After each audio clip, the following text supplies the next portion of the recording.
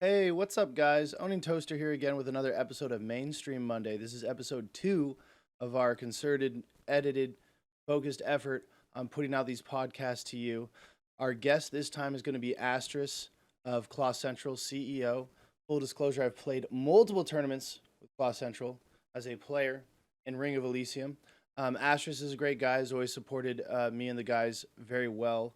So I'm happy to have him on the show. And this is a good one. This is a spicy one. This is not one to miss. This is right when that Invader V entitled streamers kind of situation was arising as a big discussion topic online, both inside the r/slash live stream fail community and outside of it. So even during this one, it got taken down for guidelines by YouTube, but we appealed it and it was brought back. The only problem is at the time it went down, we can't get that footage afterwards back. So we are missing a bit at the end there, and we'll end out and talk again at the end of the video. But for now, just enjoy it and know that we will be recording and streaming at the same time in the future on Mondays, so we can avoid losing content like this. All right, thank you and enjoy the show.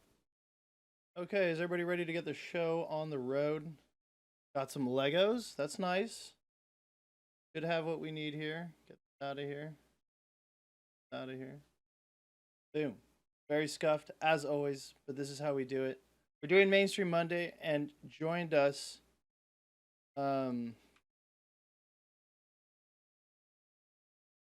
with us is, of course, a special guest as usual. Let me just make sure that I've got everything going on correctly. Mainstream Monday number 2, we talk about goings on Twitch, occasionally normal news like COVID-19 type stuff, I guess, is what's dominating the news today, in today's day and age. The last one that we did that was really well done was with Crossfire, so this one is shaping up to be a good one as well.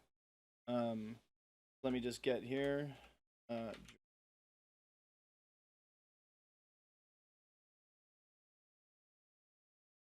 All right, and we have currently on voice, and then at some point on cam, once I'm ready to show you guys our beautiful selves, we have Mr. Astras. Are you ready to be seen by the folks out there? Ever ready as I'll ever be, to be honest. Okay, boom! There it is. Fantastic. Let's size ourselves down a little bit. Introduce yourself. We're wearing the same jersey because we are both members of the Claw Central organization. You want to share your involvement Yes, and who sir. you are with the people? Hello, guys. For y'all don't know who I am already, I'm Nick, or Astros, whichever one y'all want to call me by. I'm this current CEO of Claw right now. Just here to hop on a video with Toast to see what's going down. So there are two that I want to go over today. If you joined the watch together, we can watch this together, and you can Yeah. mute your mic so you don't have the feedback issue you're having. And then we can go through it piece by piece and pause on each story and talk about it. This guy covers a lot of Twitch bans. That's originally the way that the Streamers Reloaded channel was. These days, it's also like Twitch drama news. It's like a hybridized situation, but it used to just like exclusively be just about the bans, which made it great for us because the TOS it's very thick. It's a long list of things, and as I keep reminding my viewers and other streamers of my size who might not read very carefully on the TOS, it's exactly that. It's the terms of service, which can be enforced at will. You know what I mean? They could choose to not enforce their terms of service or to enforce them to the letter. So there's a lot of things that change when that's the standard. You know, like you can get in trouble for something or not, and being aware of the shifting sands and the shifting winds on Twitch can kind of keep you out of trouble. So it's good for streamers to take notice. It's good for viewers to understand why maybe some of their favorite streamers are doing certain things certain ways, showing some things and not showing other things. So being aware of it yourself as a streamer or as somebody who just goes by streams at all, it just helps you understand way more about what you're seeing. And of course, a lot of these are going to be stories about national level streamers. So we'll go right into it right now. We'll do the first one because a lot of what some of the people who watch my stream have been wanting to talk about is the Fitz Caterino drama. I'm gonna try and stay off as much as possible just because it's like it hasn't really been private. I want to say it's private. I consider stuff like that private because it deals with relationships and infidelity in relationships, and it's always just a tricky subject with a lot of different people because everybody has an opinion. And it always does feel rather private to talk about people's relationships. But this has been on such a public scale, and everybody wants to talk about it, so we will review the news at the very least. So let's get into the first one. I think the Caterino Fitz Carson stuff will be in the second video as well, which is why it's important that we watch this first one because I've missed a couple weeks since episode 1 with Frostfire. So are you ready to go into it? You want to mute up and we'll just watch this? All right. Yeah, I'm good.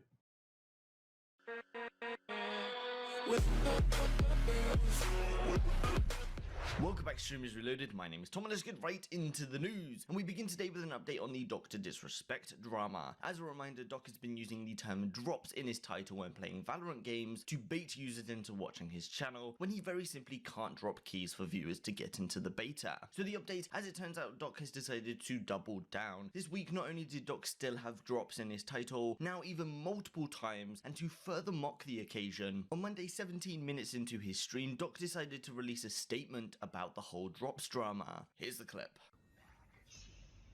That we're upset that I had drops enabled on my stream title last week, and I should probably step up and be a man about the situation. A lot of people were upset. News outlets picked it up, Kotaku, GameStop. So I would like to officially put out an official response. I don't give a fuck.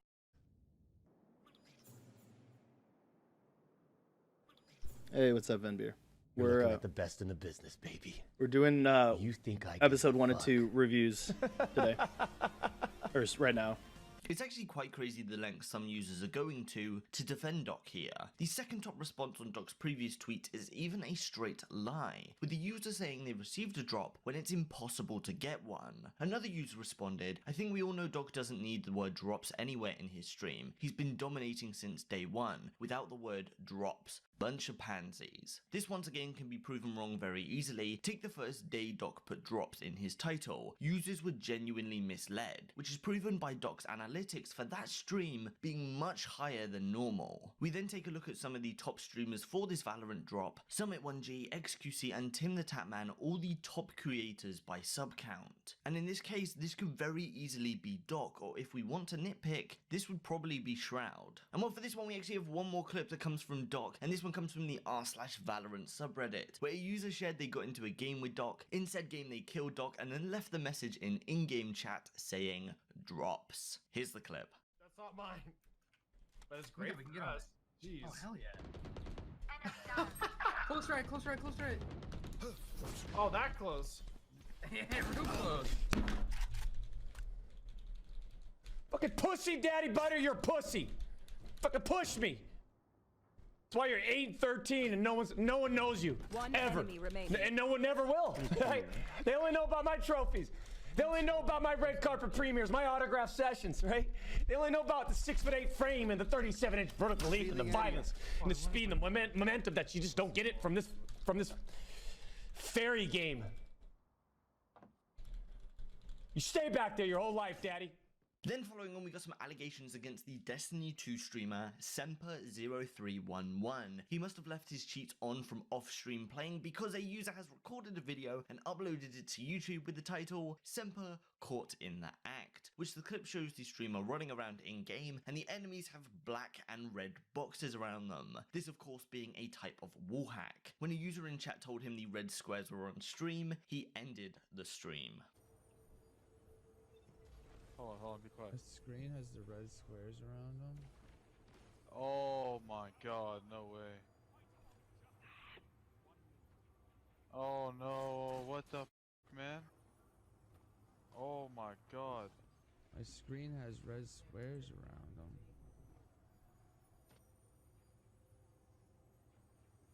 Well, pretty clear he was cheating, but of course he is still going to deny it. This information was all collected and put into one big post, so going through the rest of the clips, the streamer went live once again and the first clip shows Semper declining the cheats were his, even though they were on his personal computer. No, it's not. No, it's not. And I didn't, dude. So again, if you want to get banned, you can keep saying that, and I'll ban you too. It's funny how like all the people that actually know me, like immediately are like, yeah, someone's f***ing with you, Semper, because I've watched you for years and I know that's not to be true. And then like all these people that like are completely random that no one's ever seen in my chat before, or all the people that know everything about hacking and or for sure I was a hacker, and everyone else is wrong that simply says that possibly could give me the benefit of the doubt. Then the second clip shows Semper admitting the cheats were there, but for some reason he doesn't know how they got there. Oh, but there was wall hacks on my computer yesterday on stream. Like, I'm not denying that. I just don't know how they got there. And the final clip is much more of a statement, saying that everyone is trying to ruin his career over this situation. And trying to fuck me over. I'm just a player that is getting totally screwed over this situation. Like I said, I have close to 6,000 hours in Destiny. You can look up all my stats, everything that I've ever done, all my past VODs, everything. You will not find anything suspect. So in the outcome for this one, there hasn't been any action taken against his Twitch account, even though it's clearly stated that cheating in video games is against the community guidelines. But with some action taken, Semper has received a game ban on his Steam account, meaning he cannot play Destiny 2 anymore, as well as this is a permanent mark that will stay on his account. Also on Monday we got one from the NASCAR driver Kyle Larson, who said the N-word on someone else's stream during a tournament. This one has quite a big outcome, so first, the clip. At all. I can see it. You can't hear me? Hey. Whoa. Wow. Hey. Hello? Who said that? Well, as it turns out, that is the last mistake this driver will ever make. First up, Kyle has released an apology on Twitter, which has 1.8 million views, so to cut it down a bit, here is that. Yeah, I just want to say I'm sorry. Last night I made a mistake and said the word that should never, ever be said. And, there's no excuse for that. I feel very sorry for my family, my friends, my partners, the NASCAR community, and especially the African American community. I understand the damage is probably unrepairable, and, I own up to that. But I just wanted to let you all know how sorry I am. So on to outcomes. First off, from iRacing.com, who has released a statement reading, iRacing considers itself to be a welcome and inclusive community for racing enthusiasts all around the world. We have strict policies against offensive behavior and language. Kyle Larson's language last night during a streamed online race was both offensive and inappropriate, and in violation of our sporting code. As such, Kyle Larson has been suspended indefinitely from the iRacing service. So for those who don't know what iRacing is, well, similar to any other game, they're a tournament-driven website for racing games with pretty big prize pools. But it doesn't end there. We now come on to NASCAR with a similar outcome. NASCAR have also released a statement saying, NASCAR has made diversity and inclusion a priority and will not tolerate the type of language used by Kyle Larson during Sunday's iRacing event. Our member guidelines are very clear in that regard, and we will enforce these guidelines to maintain an inclusive environment for our entire industry and fan base. This is linked with an article on the NASCAR website with the obvious title, NASCAR suspends Kyle Larson indefinitely. And one additional one, his own boss Chip Ganassi has fired him as well. So for saying that word on stream, not only has Kyle lost access to all online tournament income, but he's basically been fired from NASCAR as well. And the last one on Monday, we got a ban from Velvet7. She shared over Twitter, I got banned on Twitch just now. I did not try to do anything sexual on my stream. I don't wear too revealing clothing anymore. What's up, on stream Epperson? To be careful. I want to know what I did wrong. I appealed my suspension. I'm awaiting the reply. This was followed up on Tuesday with, We I just stand wanted to let you know, Astras. since I got banned last time, Quality 2019, guy. I tried to be extra careful about my clothing. These are outfits that I wore on stream. I want to know why I got banned so I can fix it. There's one more outfits I wore on stream. I just have a different body type than other girls. These are normal shirts and sweaters. I don't try to be sexually suggestive. When I wear any clothes, it goes up more because of bigger chest and tighter than others. So it looks like Velvet7 has been indefinitely banned once again. But then we come on to today, and suddenly her ban has been lifted, sharing, I got unbanned today. I'm very happy and will keep my stream within TOS. Thank you for everyone for the support. I hope this mistake won't happen again. I will see you on my next stream. This is alongside an image of an email from Twitch saying that the ban was a mistake. And so since Velvet7 is now unsuspended, she has since gone live to talk about her ban, where she shares she lost over 220 subs because of it.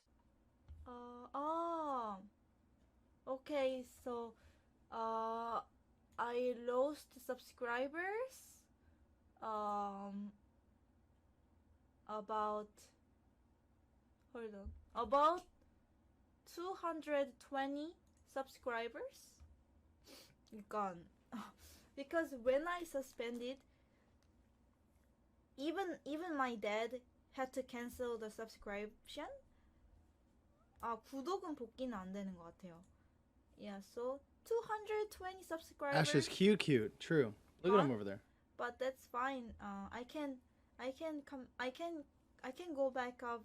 Right. And then following on to Tuesday, we have one from Anissa, who was banned last Saturday, tweeting, "I got my first ever 3-day suspension on Twitch. Lesson learned, I can't watch British TV on stream. One of the scenes of a super size versus super skinny episode I was watching showed a naked woman and Twitch didn't like that too much. We'll be back to streaming tomorrow though. Sorry everyone." A few news channels and websites have been sharing that Anissa was probably promoting her OnlyFans on stream, and that was the reason for her ban, of which she responded to this tweet saying, "Also no, I wasn't promoting my OnlyFans on Twitch." That being said, she is now unbanned. And then we follow on with yet another one from Dr. Disrespect. You see, Doc is currently a part of the 100 Thieves tournament going on. He tweeted out on Sunday saying, "I'm one of the main captains for the 100 Thieves Valorant tournament next week. The flip phone has been ringing all night, but no decisions have been made yet on who will join the team. Do you have the guts?" Well, that's all good, but as it turns out, the tournament came around and Doc was nowhere to be found and had nothing to say, but that's where Yasu comes into play, who was mad at Doc for not showing up on the day. The clip is titled "Mo flames Dr. Disrespect for dodging the tournament," so here is that.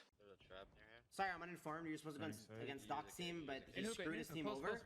Well, he was just this tournament started at 10, and he was supposed to be ready at 10 with his team, and then he wasn't.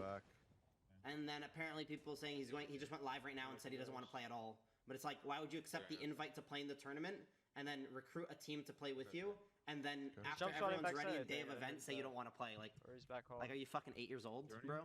Like you're a grown ass man that wears a wig and a mustache, bro. Like I'm gonna slow back sight. a grown ass man, like.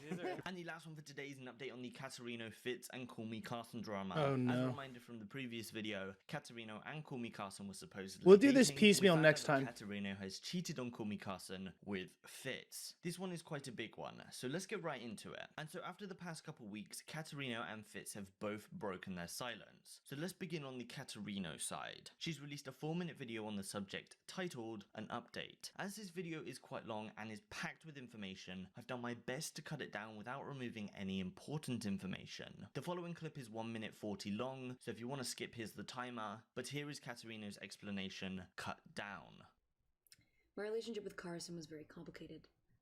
I had a boyfriend at the time, and neither Carson nor my boyfriend at the time knew about each other. And while I was clear with Carson that Carson and I were not in a relationship, I still led him on and ended up hurting Carson and my boyfriend at the time very badly in the process.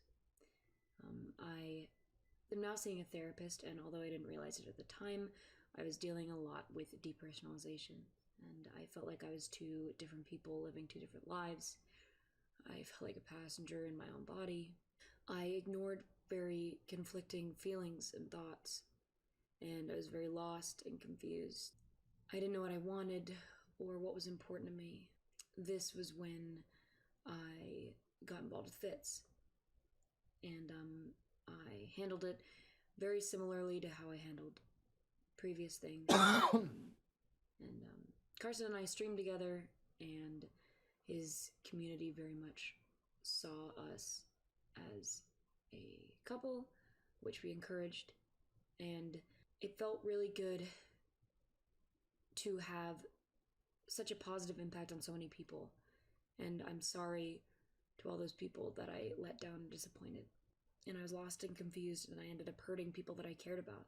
And I'm working through my depersonalization. I'm still seeing my therapist. And I want to live my life more openly and honestly. And more than anything, I want to be honest with myself, which is something that I've struggled with a lot. She finishes the video up apologizing to everyone, including Fitz and his community, Carson, her own community, and quite a few others. I don't expect anyone to forgive me, but I hope that this, at least, can provide some understanding. But that's where we follow on, because it turns out that Fitz, Call Me Carson, and her own manager weren't the only ones affected here. Oh As my it god, turns I out, forgot we have a about clip this. coming from the popular streamer I Will Dominate, who shared while all of this was going on, Katarino was in a relationship with him as well. Here is the clip. I found out about the situation today. If you guys don't know about the Caterino situation, she made a video where she admitted that she had a boyfriend, and while she had a boyfriend, she was leading on Carson. She had like some type of relationship with Carson as well as a relationship with Fitz. During this time, she also had some sort of emotional / physical relationship with me. I did not know about any of this stuff.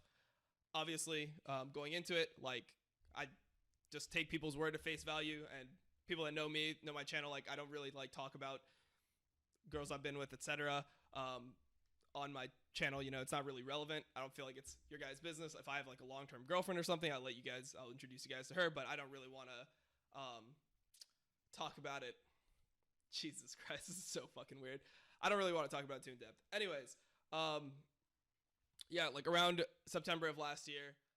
And the story does not end there, it continues going. Now we come on to the Fitz side of things. He has released a statement through Twitter. The statement reads, "Hey guys, as many of you will heard, I've been involved in some personal drama recently, and although the situation is a lot more complicated than everyone expected, I want to apologize publicly." Oh Not no, just Van in Beer, you private. too? "I'm sorry, Carson, I hurt you and I wasn't a good friend. I can only hope that someday you'll forgive me. I regret what I did and regret where we are. If you ever decide that I'm worthy of versing you in 8-ball, I'll be here. Until then, I'm sure the wonderful friends you have around you will have your back." And well, we then come onto a tweet that's just come out from Carson, which is a twit long with the title, "I'm sorry." Reading through, cutting it down slightly, it reads, "It's been very difficult for me to watch everything unfold after I came out with the information I did on Reddit. It's my personal belief that I should never have made the information that's out now public. It was a private matter that should have stayed private, and I want to admit that I'm at complete fault for it being in the public eye. Just like Kate and Fitz, I'm an entertainer that creates content for people, and what I do in my personal life, even if it's wrong, isn't information that I think should be shared. As someone who's been dealing with imposter syndrome and the inability to go out in public without being recognized, even in my own hometown grocery store, I should have realized the hypocritical nature of putting this entire situation on display for you all. That being said, I think it's important to say this. I am just as flawed of a human as Kate. I am just as flawed human as Fitz. What Kate and Fitz did was wrong, and I think we can all acknowledge that, but seeing myself paraded around in such a manner feels misplaced. Moving forward, please respect Kate and Fitz time to process this, as well as respect their break or whatever they choose to do." Then finishing up with a personal apology to Kate and Fitz reading, "I'm sorry for all the pain I've caused you, and I'm sorry for putting private lives on display for the world. It was the wrong decision and I apologize. You did wrong, but you didn't deserve your careers jeopardized. I hope you can become the people I want to see you as." So looking more at the outcome here, Caterino, since the drama began, dropped from 118k subs to 94.2 on YouTube. Fitz has lost about 40,000 subs, but of course Caterino here is going to take the biggest hit of all. It looks like Caterino is going to have the hardest time coming back from all this, but with her and Fitz now talking, we're most likely going to see her come back soon. With all of that being said, that's where I'm going to end today's video. If you enjoyed today's video, please leave a like. It does more than you may think.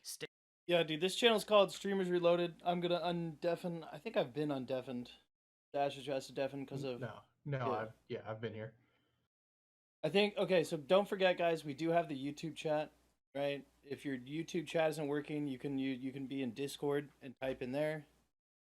And you can be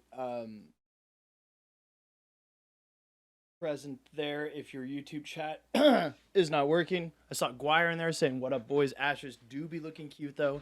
Then we have Emerson Peoples. We stand Astras. Ozzy says Astras cute. I don't know if those are two separate people or Guire's one of those people. I know a lot of people don't keep their YouTube, Twitch, and Twitter all in line with each other. What's up, Nathan? Yeah. It's a lot to unpack, and we've missed a couple weeks, so this is just one. We're gonna do another one, and seeing how long they've been tells me we should just go story by story on the next one. So on the next one, we'll go story by story. The racist guy's entire life is crumbled for saying one word, thinking face. Yeah. There's a lot of opinions about that. Yeah. Upset. Okay. So luckily enough, the first story that we go through, do you see when I slide it and you see the new thumbnails? Okay, good. Yeah, I'm seeing it. So the first one, because like now we're going to go through and talk about each individual story, which is going to take a while, and then we move to the next video. The thing is, some people have just tuned in and missed what we've already talked to, or haven't even watched it with us, so we have to reintroduce it. If we had been doing it the way we're going to do it on the next video, they would at least be up with all the ones we do as we do them piece by piece. But for those who weren't here, Doc has been kind of clickbaiting his Twitch titles because for those who don't know, Valorant's out. It's through Riot Games. The way to get access, if you didn't get given access by people like XQC and Summit who are invited to the closed alpha, is you watch their streams and they give you drops. Now, only the people initially, now, currently, everybody who has access to Valorant, as long as they have all their accounts connected on Twitch, when they stream, you get drops. When I stream Valorant, you can get a drop from my channel, which helps the channel's viewership, right? People come because they want to get a drop. But before that was the case, which just happened a few days ago, you could only get drops from the streamers who were a part of the closed alpha, who helped the developers, right? It's the reward for participating in the closed alpha was getting your channel to get drops first, and everybody was in there. I mean, and look at these viewers. XQC always has tens of thousands, but not necessarily 71. And Summit has 173,000, which is not normal. When there was those drops for World of Warcraft, no. Escape from Tarkov, he had a huge boost as well. Lyrics experiencing a boost. On this day, right, Doc is not experiencing the boost because he's faking that these drops are on his channel. They're not real. He doesn't have drops. So the problem there is that you have somebody who's misrepresenting what's available on their stream. You can't get drops on Doc's stream. You can now just because everybody else has them. But back then you couldn't because he didn't take part in the closed alpha. So it's a bit of a case of having your cake and eating it too. You know what I mean? It's like, I want all these viewers to come here for the drops because I want viewers, because those eventually translate into subs. And then donations, because the more eyes on your screen, the more people want to get on your screen, and you have online overlays and alerts that show when people donate and sub, and everything feeds into itself money-wise. So it's kind of messed up to do. It's not necessarily illegal because it's just putting a word in a title drops, you know? I could have, if I had Valorant before I was allowed to give drop access, I could do the same thing and Twitch wouldn't ban me.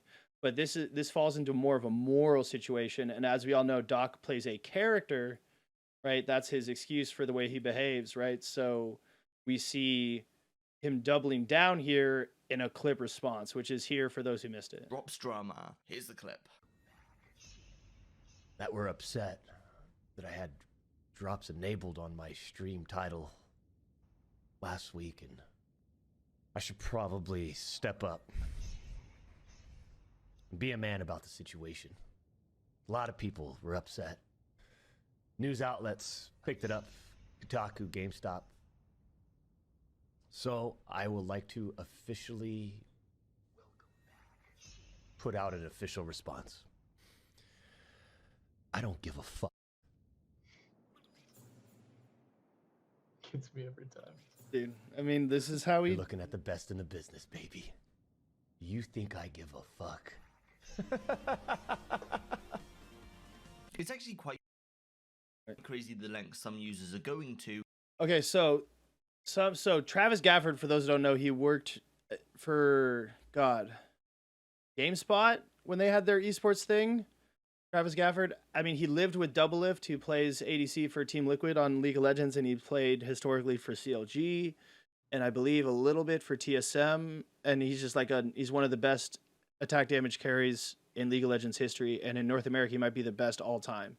And they lived together, and Travis used that as an experience to interview him, and he started interviewing all sorts of League of Legends players, and he's been an esports reporter for a long time, so he puts up a heads up that Dr. Disrespect's been clickbaiting.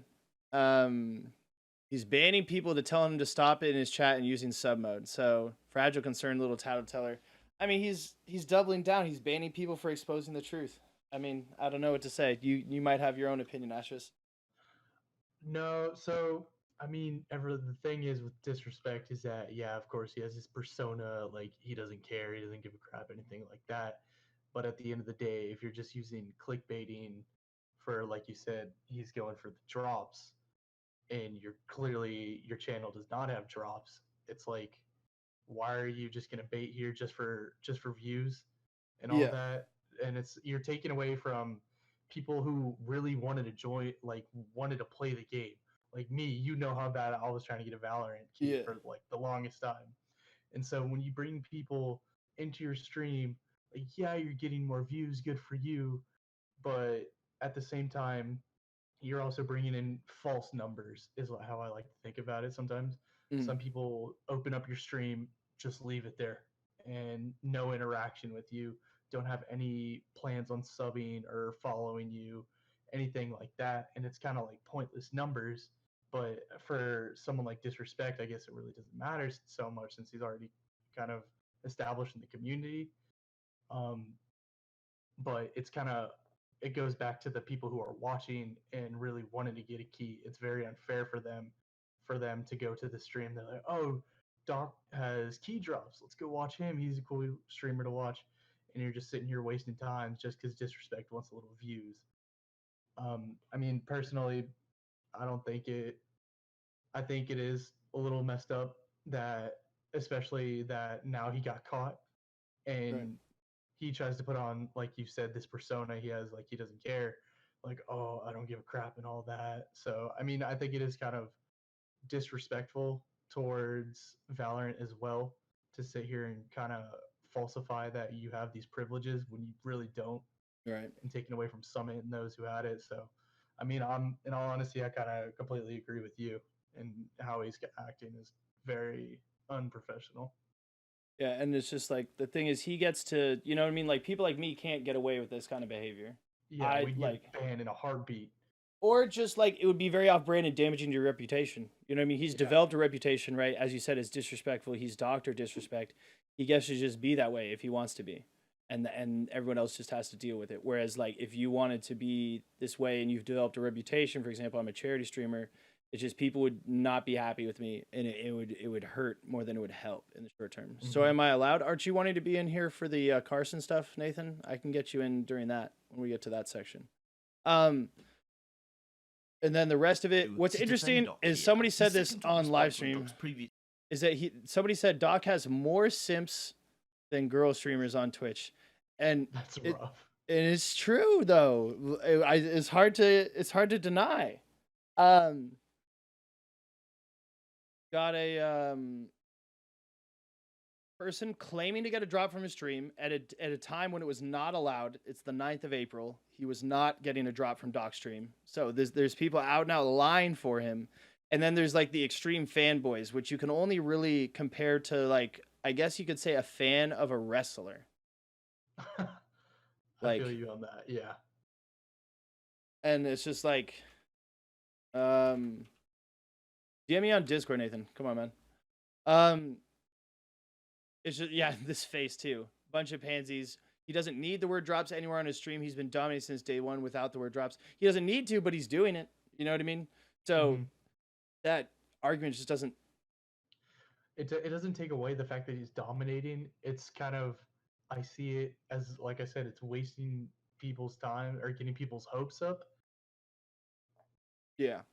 And I just lost my train of thought. Well, yeah, Nathan, we're only a couple minutes in, dude. Wait till the end. I'll DM me on Discord, not in the YouTube chat, please. As you're saying.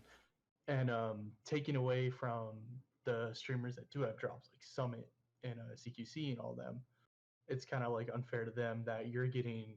Valorant gave these guys these codes so they could promote the game, and now they're just being taken away. So it's kind of, it's messed up. And like back on the whole persona thing, like what is he going to get? A slap on the wrist because he's so quote unquote meta into this persona? I mean, it's kind of messed up either way you look at it. And the fanboys for him, of course, every big channel is going to have their you said simps and all. Yeah, and, you're cutting out a little bit. I'm cutting out a little. Yeah. All right. Can you hear me now? Yeah, now? Yeah, I can. Okay. Yeah. So back onto like the super fans and all that. Of course, you're gonna have people defending him, but at the end of the day, like, did they provide any proof that he's dropping keys or not? So I mean, you're always gonna have people that are gonna support people even when they're in the wrong. So that's how I feel about it. Yeah, and so the thing that I think about often is the realities of the situation, such as this. Like his Tuesday the 7th stream has 1 million viewers, and you can't help but feel like or 1 million views, period, I suppose. So that might mean total views and total watch time is 659,000 hours.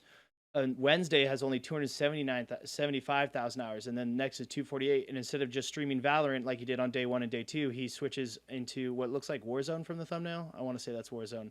And then he does Warzone the next day only, and then Valorant just chatting, and then just chatting Warzone. So you can see that there's this initial jump because he was playing CS at the end of his stream on Monday to prepare for the game coming out the next day. And then what do we have here? We have a halving of views, less than half his views and less than half of the watch time, almost less than half of the peak viewers, and 11,000 less average viewers. So you can't help but feel like people are learning that they can't get drops from his channel and leaving. So the fair weather viewers are there, and so you can see why he's doing it. If he could get this performance every day by the drops, he would, but he couldn't, so he doesn't. So I mean, the math and the reality of it is what it is. I don't know. It's not something that I would recommend doing, but obviously he gets to do it. And so then when he gets killed by somebody who says drops, typical Doc response, you're irrelevant, my trophies, my whatevers. For that one, it's a little weird as somebody who plays in a lot of tournaments, because there's actually those tournaments that he talks about, the 1993, the 1994 tournaments. Those were real things, and there's no proof that he actually was in any of them. And the champion of those 2 years is actually a guy on YouTube who apparently isn't that cool either. You know, like kind of an annoying person in terms of them like having an ego about it and trying to get the recognition that they deserve. To be fair, because they did it, not Doc. It's just like he's like actually cucking somebody in real life who actually did those things and making it part of his persona. So everything about his shit is pretty disrespectful. It is what it is. I don't know. It's just weird to think about in general, but I mean, luckily it does not directly affect me. Now the next one's very interesting because this kind of, I don't know, it's interesting to me because I always imagine what would happen to me in my online streaming career if I had stuck with Destiny. I used to stream Destiny.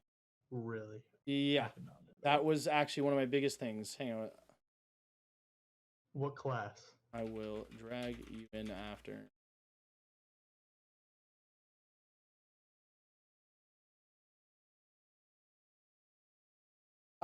I started out playing the God, who's the one who throws the fireball that arcs and falls? The mage. Not the hunter, not the titan. I don't even know. Warlock. Yeah, I was a warlock because it was very successful and very effective in PvP, especially in Destiny 1. And then with the boots that you could have on the hunter, along with the aim down sight bonus from what was it, DMR? It was yellow, it was an exotic. You had a movement speed boost when you were aimed down sight. It was in Destiny 2 as well. Clara, yeah, Clara. So for those who don't understand the reference from Van Beer in chat, Clara did what? Clara would. Oh, Clara was an Asian American streamer in CS:GO, and she had wall hacks, so you could see wireframe skeletons and health bars through walls. She had hacks on her computer. She was streaming with them. You saw them when she saw that was showing on stream. She freaked out and said she blamed her imaginary friend Clara, who may be a real person, who knows, but she wasn't there and she wasn't the one cheating. So she blamed Clara, and so now when you see people cheat and get caught on stream doing it, people go, Clara! She's like, oh my god, remember? And she gets her like mod on a Discord call. Remember when I said my friend Clara was playing on my computer earlier today or yesterday? I can't believe she put hacks on my computer, man. It's like, yeah, dude, somebody came over to visit your house, wanted to play on your setup, and then downloaded hacks on your computer. And one, you had no idea. And two, that's just what they do. They don't hack on their system. They come to your system and hack on yours. Yeah, and leave it on. Yeah, the whole cheating thing like that, like it's one thing to dodge it. It's another thing to like deflect it to someone else. Especially if, I mean, even if there was this Clara or not. It always kind of amazes me how people tend to dodge and deflect things onto other people because they can't take responsibilities for their own mess ups. Like if you do that, like you shouldn't be doing it in the first place. It's kind of, you lose your integrity of yourself, and you're cutting people out of like a fair game and all that. And two, if you are going to do it, make sure you hide it, and if you do get caught, at least accept it. That's just like the biggest thing for me. Yeah, I mean, it's like stages of loss, denial, anger, all these other things. We can see in the clips that he does this. I'm not gonna play so we get disrupted by the audio, but I'll try and slide it along. Is that aimbots on your screen like red squares around them? He freaks out, he gets busted, he ends stream, right? I mean, if nothing was going on, then why did you end stream? He realizes and ends his stream. Is that his fucking mod? Who is it? Wait, I'm mute. Oh no, it's just somebody else. No, it was a random viewer. I think I didn't see. Like, Okay, a little sword and he's next to his talking name. about his career, and I hate to be that way, but even Bauman came to my chat one day before we were playing on the same team together here on Class Central. He said, "What career?" When I was talking about making smart moves, associating with the right people, not allowing certain things to be center stream. This guy's got 19,000 channel views. I'm by no means a partner, even though I've completed my path to partner. I can apply again. He's got 15 viewers, and my channel has 179,000 channel views last time I checked. I think we're actually closer to 200,000 now, which is, you know, all thanks to you guys, and I appreciate that. That doesn't mean that I'm like a big person with a quote unquote career. I might have a burgeoning career, something that's developing, but I don't make enough money to consider this my full-time job. So, the way this guy's talking about people ruining his career is a little officious, right? He's getting really defensive about what's going on with him. I appreciate what he's doing here. It seems like there's a fallen warrior. He's doing some veteran-based charity work, and that's cool. And he said free trials comp help. That's how I started. I mean, it's not the very first thing I did. I think the first thing I did was Black Ops 2 content on Xbox 360 with me and my brother, and we played League Play. And I was like one place away from top 600. I was at the top of my Diamond League in League Play. And there's only three leagues of 200 players each. 3 divisions in Masters, so I was right outside Masters, and I really liked that game. So I really wanted to like show people how to use which classes and this, that, the other. And then it was funny when me and my brother would bicker and play with each other on split screen. The next thing that happened is I loved Destiny 1 because it was the first game I would be able to stream that was relevant, that was related to Halo. And Halo 2 was probably my favorite shooter of all time, multiplayer wise, that I've ever played. It was such a time in my life in high school, knowing my friends and going online with them. And like competitive, and like the way there's like circle boosting, there was cheaters. It was the first time that I like learned everything about a game and what it took to go up in the competitive ladder, and what the people above and below me were like, and what the strats were like, and learning maps and spawns and call outs in a group of 4. The best thing you can do is accept when you're quiet, doing the wrong thing, and move on. Apologize doesn't even matter at that point. I mean, apologizing doesn't really change what happened, but I think it helps other people put it past you. I think apologizing is more for other people than for yourself, right? That's why it's an outward expression of regret. For example, PewDiePie saying the N-word on the bridge in PUBG, right? He put out the apology, and now his fans get to say, wow, he apologized. Are you going to get over it at least? You know what I mean? Like, if you don't apologize, you don't have people on your side being able to say that. So, I mean, it's just another strategy and approach. I try and take a little bit of a less of a for or against attitude towards things like this, just like, you know what they are. Like, for example, I'm not a fan of saying that word. That'll never be something that's allowed on my channel or within my own personal behavior. I've been a rap radio DJ since college. Rosenberg, not the one who manages Eminem, but the one who does radio in New York, on Hot 97. He said something about how it was understood growing up that you respected the culture if you wanted to be a part of it. And so for me as a white guy, that's part of what it is, beyond just the morality of not using that word. If you want to be a part of this rap culture, right, that didn't start within your group, you know, you're a visitor, you know, of a sort. I mean, you can become so much a part of it that you are part of the culture, right, the way Eminem and other people have become.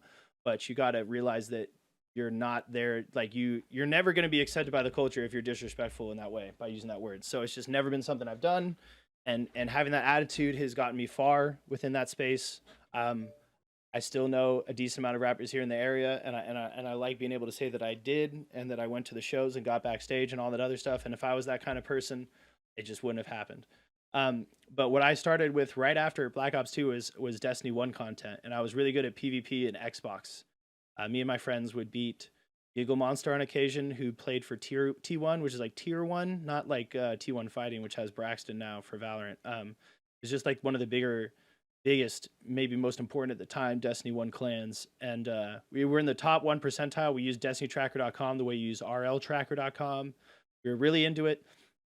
But it just never went esports. There was like one esports tournament, Luminosity had a crew and everything else. And then Destiny 2 came out. I bought it on 3 platforms. I streamed it everywhere. I was super excited, but it never went esports. The biggest esports pickup was they picked up 6 players for raids, and they taught you how to do the raids. And that was not what I was interested in. Is hiding your hats while streaming actually a thing? Yeah, there's a way to disable third-party hooks in game capture. It's actually on your OBS if you look at it. There's a couple different ways you can stream cheating without showing it. As far as I know, I don't really know much about it as much as I'm like trying to like explain stuff to you, which I think is a good thing. I mean, it's like know your enemy at the same time, but I don't really spend a lot of time figuring out how to cheat or what cheats look like or how people get away with them. I just know what I see when other people end up cheating. I don't cheat in video games, and I never have, and I never will. I mean, exploiting is different. Like learning like super bounces in Halo 2, for example. I definitely do stuff like that, like finding ways to get outside of a map or like fun things like that. But there's some things that you just don't do, especially when it comes to competitive or ranked play. For example, in Ring of Elysium, you can look down to the point that your head clips through a wall, and then you can see through a wall. And that became not allowed in in the RWCL when that was active, and it's probably not allowed in the EPCL. Just little stuff like that give you an advantage that is unfair. I've never really been somebody to do. That being said, in-game mechanics, right? Noob tubing, camping, all that other stuff is fine. That's in the game, and they're using it.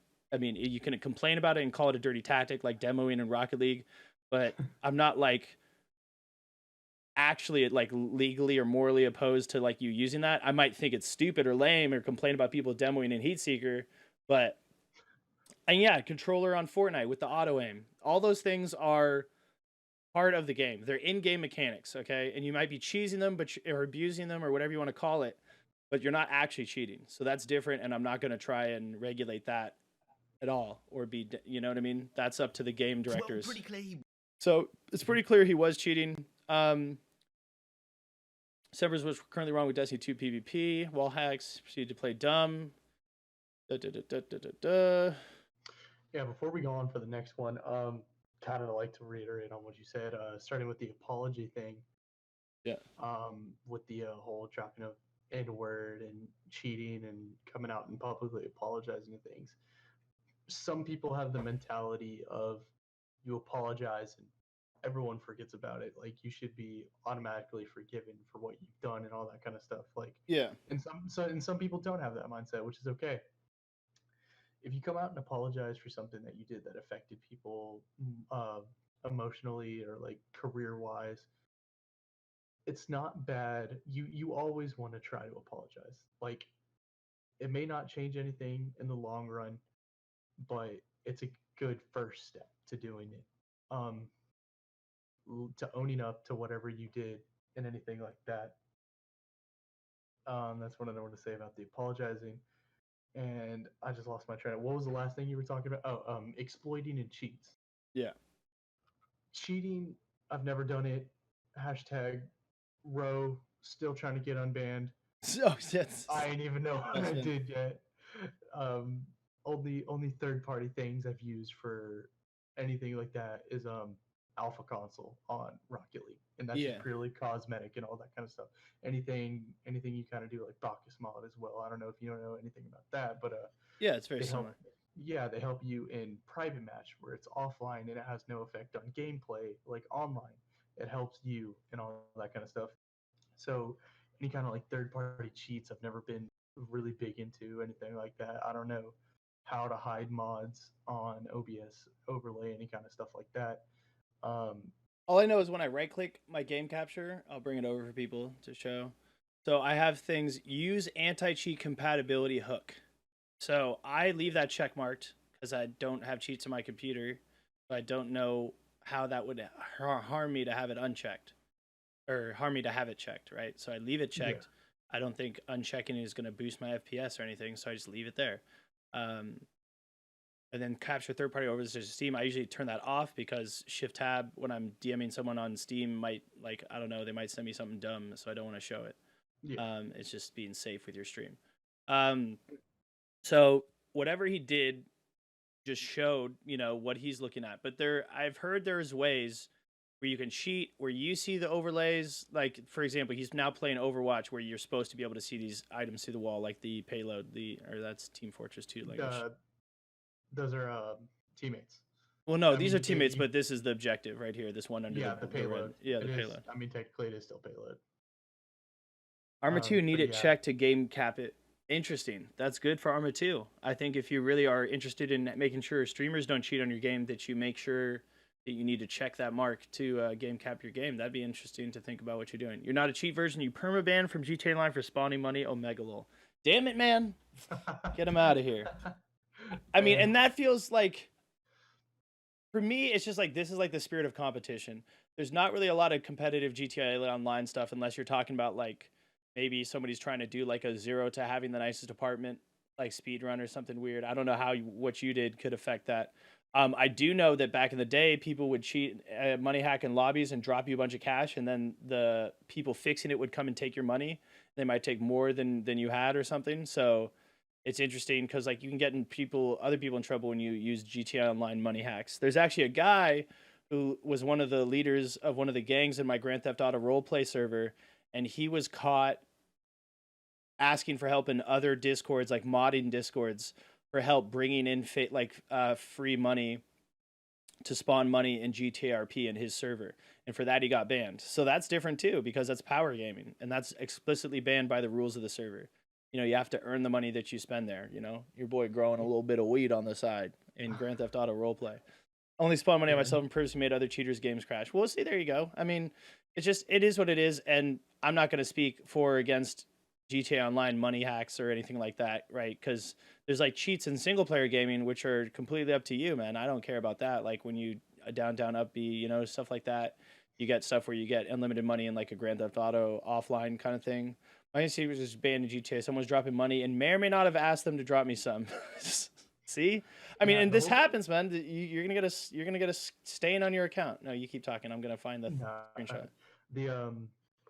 With the whole GTA thing, well, I remember when it first came out on console, how people were getting this money glitch is you used to be able to set a unlimited amount, or there was no cap on what you could do for bounties, and that's how people were getting these dumb amount of monies. Is that some modder would hop in, drop like $1 bounty for someone, whoever killed it got the bounty. You could split it with your friends, and if I remember right, how Rockstar went upon it is if you had over a certain amount of money, they took away like everything you had.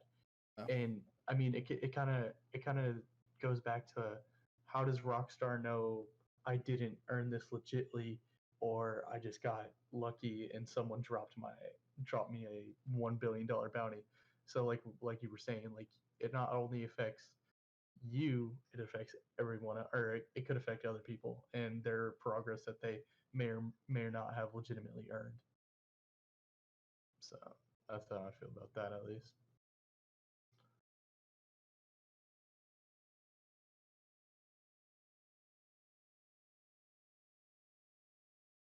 But with like all the wall hacks and stuff like that, like I just don't see it as very fun.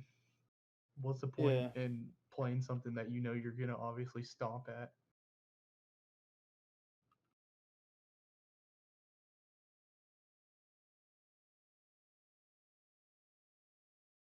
So we got the game ban on record, which happens, right? Mm-hmm. And then we have the other thing we have here. That I have close. Oh yeah, and he's talking about like, I've got 6,000 hours. You can watch and see that I didn't have all this stuff. I mean, this is what people pull out. I mean, you weren't always a cheater, but once you're a cheater, people think you cheated at all times. But your excuse can't be, I didn't cheat then and there were cheats now, and like, right? It just doesn't match up. So, I mean, you can try and divide the time between you when you weren't cheating and when you were cheating, but what people care about is that the cheating happened. It is against Twitch TOS, but like I said, it's TOS. They can choose to ban you or not. If this falls under the radar because he's such a small stream, maybe this will add more attention to it. What's interesting is that Steam probably didn't catch the cheating, so he had some cheats that slipped through until this happened, it seems like. So now he's got this 1 game ban record, 0 days since last ban. So he got given this screenshot probably after this whole drama happened. So, 34-year-old boomer. Hey, what's up, Majin Priest, Vegeta? My Xbox 360 account has like 300 million. After they left for Xbox, they weren't banning anyone, so cheaters went wild. I got you.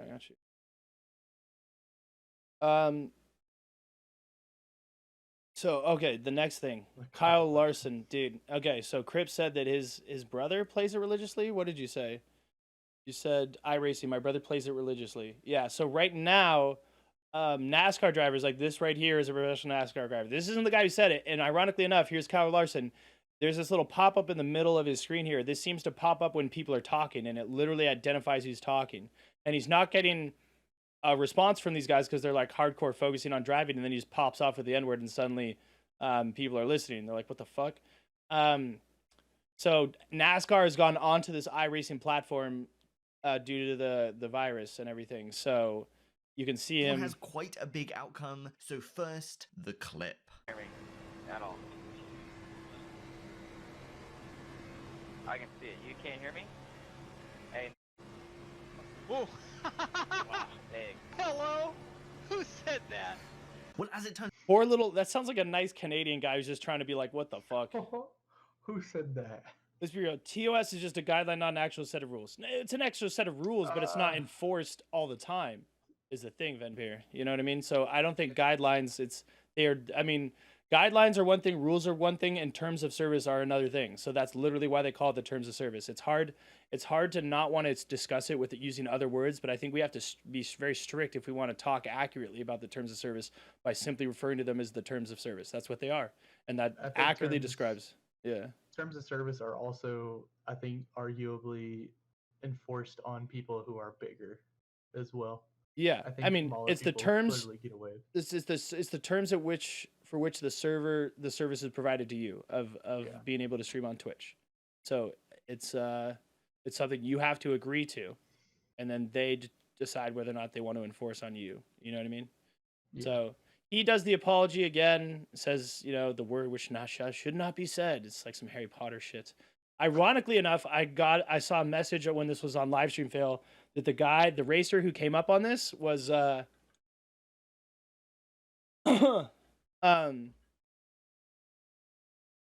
racer who came up on this was he came up through like a diversity program, a NASCAR diversity program, because he's an Asian American. This guy right here, Kyle, and then he's out here being very anti-diverse with his language. It's there mainly for legal reasons, just like software products. Yeah, it's definitely a thing. And so then he apologizes. And so, I mean, he gets kicked out of iRacing and he gets kicked out of NASCAR. See, right? Suspended indefinitely. And then he gets dropped from his... suspended him indefinitely. Yeah, and his racing team suspended him. And his $10 million per year contract has been torn up after he busted using a racial slur during a public video stream. There it is. His salary was 10 mil a year. That's crazy. So NASCAR's still big bucks if you're at the top. And, get yourself banned out here indefinitely, as they said on the iRacing thing, which is actually what Twitch says when you get banned, as far as I can tell from every email that I've seen of someone getting banned and then posting the email they receive on Twitter. Bit harsh for one word. Well, define harsh. You know what I mean? Because, like, I get that that's his livelihood and everything else, but it's all contractual, right? He can still go out there and drive a fast car if he can afford to pay for it and have it his own. But who provides this car for him? The car company, that guy. Where is he? Craig is the name, I think. I think it was. Had like a Wikipedia. Yeah, so iRacing hosts his tournaments, right? They don't have to have him on their iRacing thing. NASCAR televises and organizes the races and pays the winners. They don't have to have somebody they don't want be a part of their organization. And then this racing team that puts together a team to compete in NASCAR doesn't have to have him either. He's coming back to NASCAR, but most of his sponsors lost him, but he's not banned from NASCAR anymore, I think. Interesting. It said it's suspended indefinitely. That's what NASCAR tweeted out, right? Yeah. Well, I guess indefinitely can be used. No. That was iRacing. That was iRacing, the online racing thing. It's not NASCAR. The NASCAR suspends. Oh, it says it suspends him indefinitely. Yeah, it says NASCAR suspends. But indefinitely can also be used as an unknown amount of time. So I guess I don't know. Yeah, indefinitely means non-defined amount of time. So that's when it happens. Everyone got definitely banned from law, right? And then they repealed it. Exactly. So they do that so that they can either one, figure out how long they want to ban you for, because they have to get the initial ban struck in. For example, if you're live, imagine I'm live, right? Or let's not use me as an example because I don't want to talk about like hypotheticals that will not happen on this channel because they won't. But like the Sore Carl guy, right? Imagine if the report of him shooting the gun had like there was somebody online in the reports directory or whatever, like whoever's watching that for Twitch, and he gets reported right then and there and they see it. They have to get that shit off the stream right away. So they get it off, and then there has to be some kind of email to explain what happened. So of course, initially you're just going to say indefinitely. And for him, it's leaning towards permanent, I imagine. But for somebody like Velvet, which segues nicely, who's because her story is about to be up here, she might get banned for like 1 day or 3 days or a week or a month. And I do hear that that's how it goes: 1, 3, 7 month perma, or maybe 3 month. It just depends. It's basically a placeholder, right? Because sometimes they'll tell you, hey, you've been banned indefinitely. We've talked about it, and this will be a 7-day ban. You will be unbanned at this time on this day, and you may continue to stream. There will be these, things on your account going forward. For example, I think Miss Jones, when he got banned, lost either his partnership or he just lost his sub button, stuff like that. So, indefinite is just a placeholder, or it could be the placeholder could be all you get forever. Maybe they never give you clarity, and there's plenty of people complaining on Twitter about their bans not having enough clarity. So she got banned last time trying to change. She tried to be extra careful about my clothing. These are the outfits I wore on stream. Okay, so careful is an interesting definition of these outfits. Especially I'm not going to nitpick, especially because I'm not a girl. It feels really weird as a guy to be trying to enforce girls' behavior. But these two diagonal here, these are her dancing for not, I don't know if it's for donos or for subs and stuff. And so like these are normal shirts, right? Normal is such a weird word because what does that mean? Like normal for somebody who has a midriff shirt, like midriff shirts are chill on Twitch. Like, I don't know. You know what I mean? I accidentally pulled up my fucking shirt at the end, like, because I've been used to being inside the hazmat suit. So I can just like scratch my chest or whatever and nobody can see because it's just on green screen like this. And then I pulled my shirt like all the way up for a second. I was just like, I'm a fucking idiot. I just like flashed my chest to my cam. Yeah, straight up. And I just I put the video on private. It was on YouTube and shit. And I was just like, how could I be so dumb? So shit like that happens. I get it. But it's just like, these are the rules, bro. See you on Plex Storm. Yeah, banned on YouTube for nips. I don't know if that's allowed or not. But it was late at night and I was really stressed. So I was just like, and then like my shirt came with my hand and I was just like, and I was just like, that's, even if it's not bannable on YouTube, that's just not what I want as my content out there. So I took down the video and I don't think anybody saw it because it was like late in the morning. There's like one viewer. It was good. Shouts out to YouTube for letting me figure stuff out, I guess. But like if you're dancing and you've got, you know what I mean? You're well endowed and you're wearing a shirt like that, it's bouncing up and down and that's encouraging more people to sub. So like she's playing a dangerous game. Twitch has always gone back and forth on what is and isn't allowed. I mean, even this is her thumbnail for her channel, kind of lets you know what you're in for. She's straight up like, it won't happen again, but she gets banned and unbanned all the fucking time. And whenever she gets banned, there's a video like this where she's suddenly wearing something very, very form-fitting, but still covering everything up. Long sleeve, turtleneck, and then she's crying. So it's just like, you weren't wearing that when you were not crying. You were enjoying the fruits of the Twitch. So it is it's interesting. Send her to Plex Storm. See, that's not our job. Our job is not to police people and send them places, right? Yeah. The question is this appropriate content for Twitch? Should it be on the Twitch platform? We all know Mixer has a much more strict thing. It's got like a dress code with like certain length of strap and how much of this can be. Yeah, it's like has to be above the bust line, and they define the bust line. Oh yeah. Mixer really has that? Yeah, they really do. Yeah. Wow, oh, absolutely. I did not know that. Yeah. And back to this, like, I mean, as guys, I mean, it's kind of hard for what to say, like, which out of that they can or cannot wear. I mean, obviously, if you're a girl, you know that Twitch and gaming is a predominantly male-dominated community. Not to say that there's not any females or there's not a large group, but realistically, if you look at it, predominantly it's males. And if you're dressing and you know how your body is, and you're doing all these, say, provocative stuff, I use that term very loosely because for all I know, she could think this is like a normal day for her, but to some people, you're gonna get guys that are like, okay, this girl's doing this, let me go sub to her so she can keep doing it.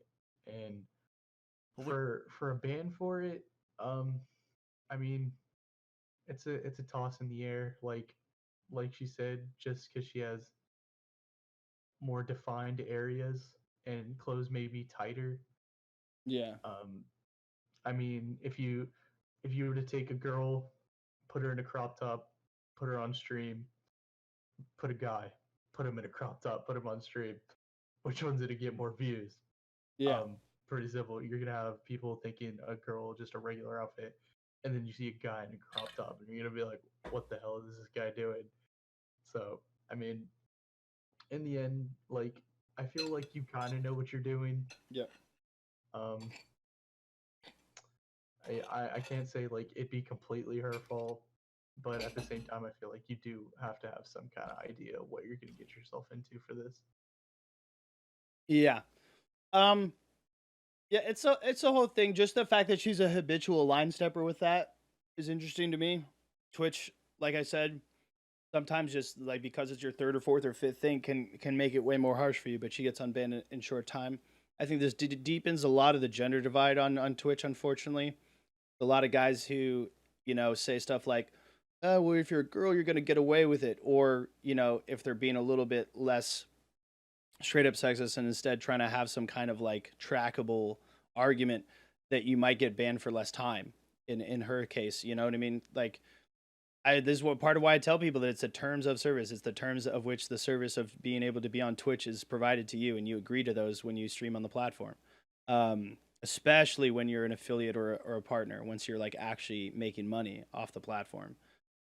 So you got to be mindful of this stuff, because if they don't like you, right? Like that Pilov guy, he's like a World of Warcraft YouTuber who became a Twitch streamer, and when he was not in the World of Warcraft Classic beta, he was like really upset, and then he got into it, and he got really excited when he got into it, and he jumped around, and like his boxers were showing because his shorts sagged while he was running around his room, but it like wasn't bad. Like I'm not really a fan of the guy, so I'm not trying to cover for him or anything, but like it wasn't that bad at all. Like you saw someone's boxers, everything was still covered. There was no like slip of any kind of skin or anything.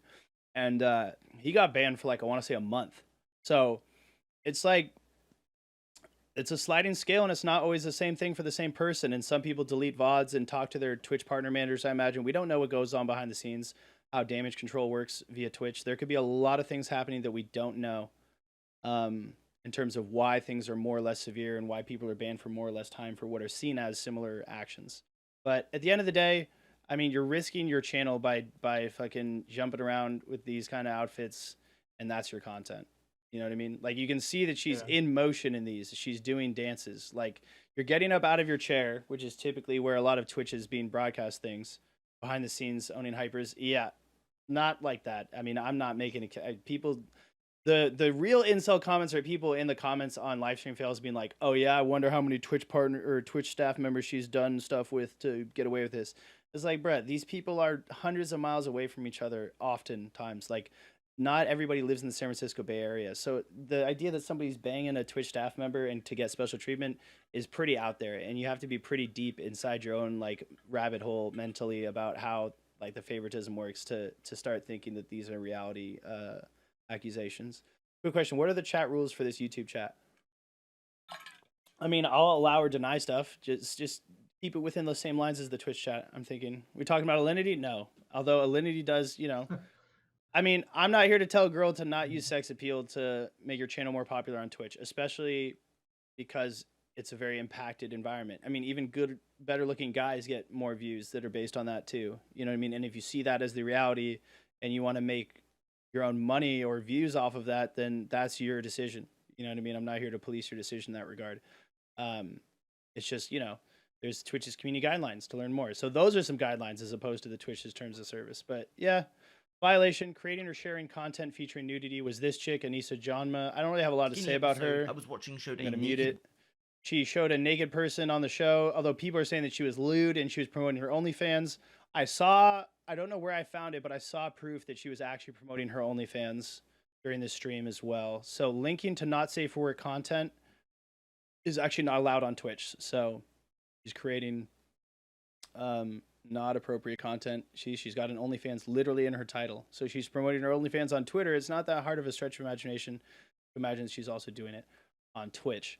I don't know her. I don't really want to speak too hard onto that conversation, but that just, like I talked about with Astras about part of why we do this show and why it's important for people to be aware of, there are rules.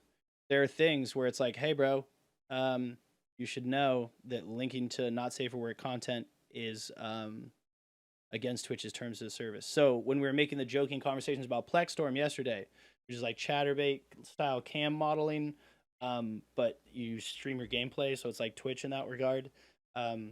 That would be considered something that I could never allow you to be linked to. So somebody was suggesting that I put in Owning Toaster, Plexstorm.com or whatever as like my name in Rocket League, which would be funny, but that would be linking on stream. There would be links to porn. You know what I mean? And as they wrote that in the chat, it actually hyperlinked because it had the .com, and I had to delete that comment. You know what I mean? So it's important for people to understand that there's a lot of different ways you can get in trouble, and not all of them are very obvious. So I was watching. Yeah, and for the OnlyFans thing, like like you were saying, the NS or the not safe for work, you don't know how old your viewers are. You don't know how old you're showing, or you don't know who you're showing this explicit stuff to. There could be a 10-year-old kid clicking on this link and say some of this stuff has viruses. You fry a kid's computer. Yeah. It's not only the fact that it's explicit, but you don't know where these links could take you and what they could give.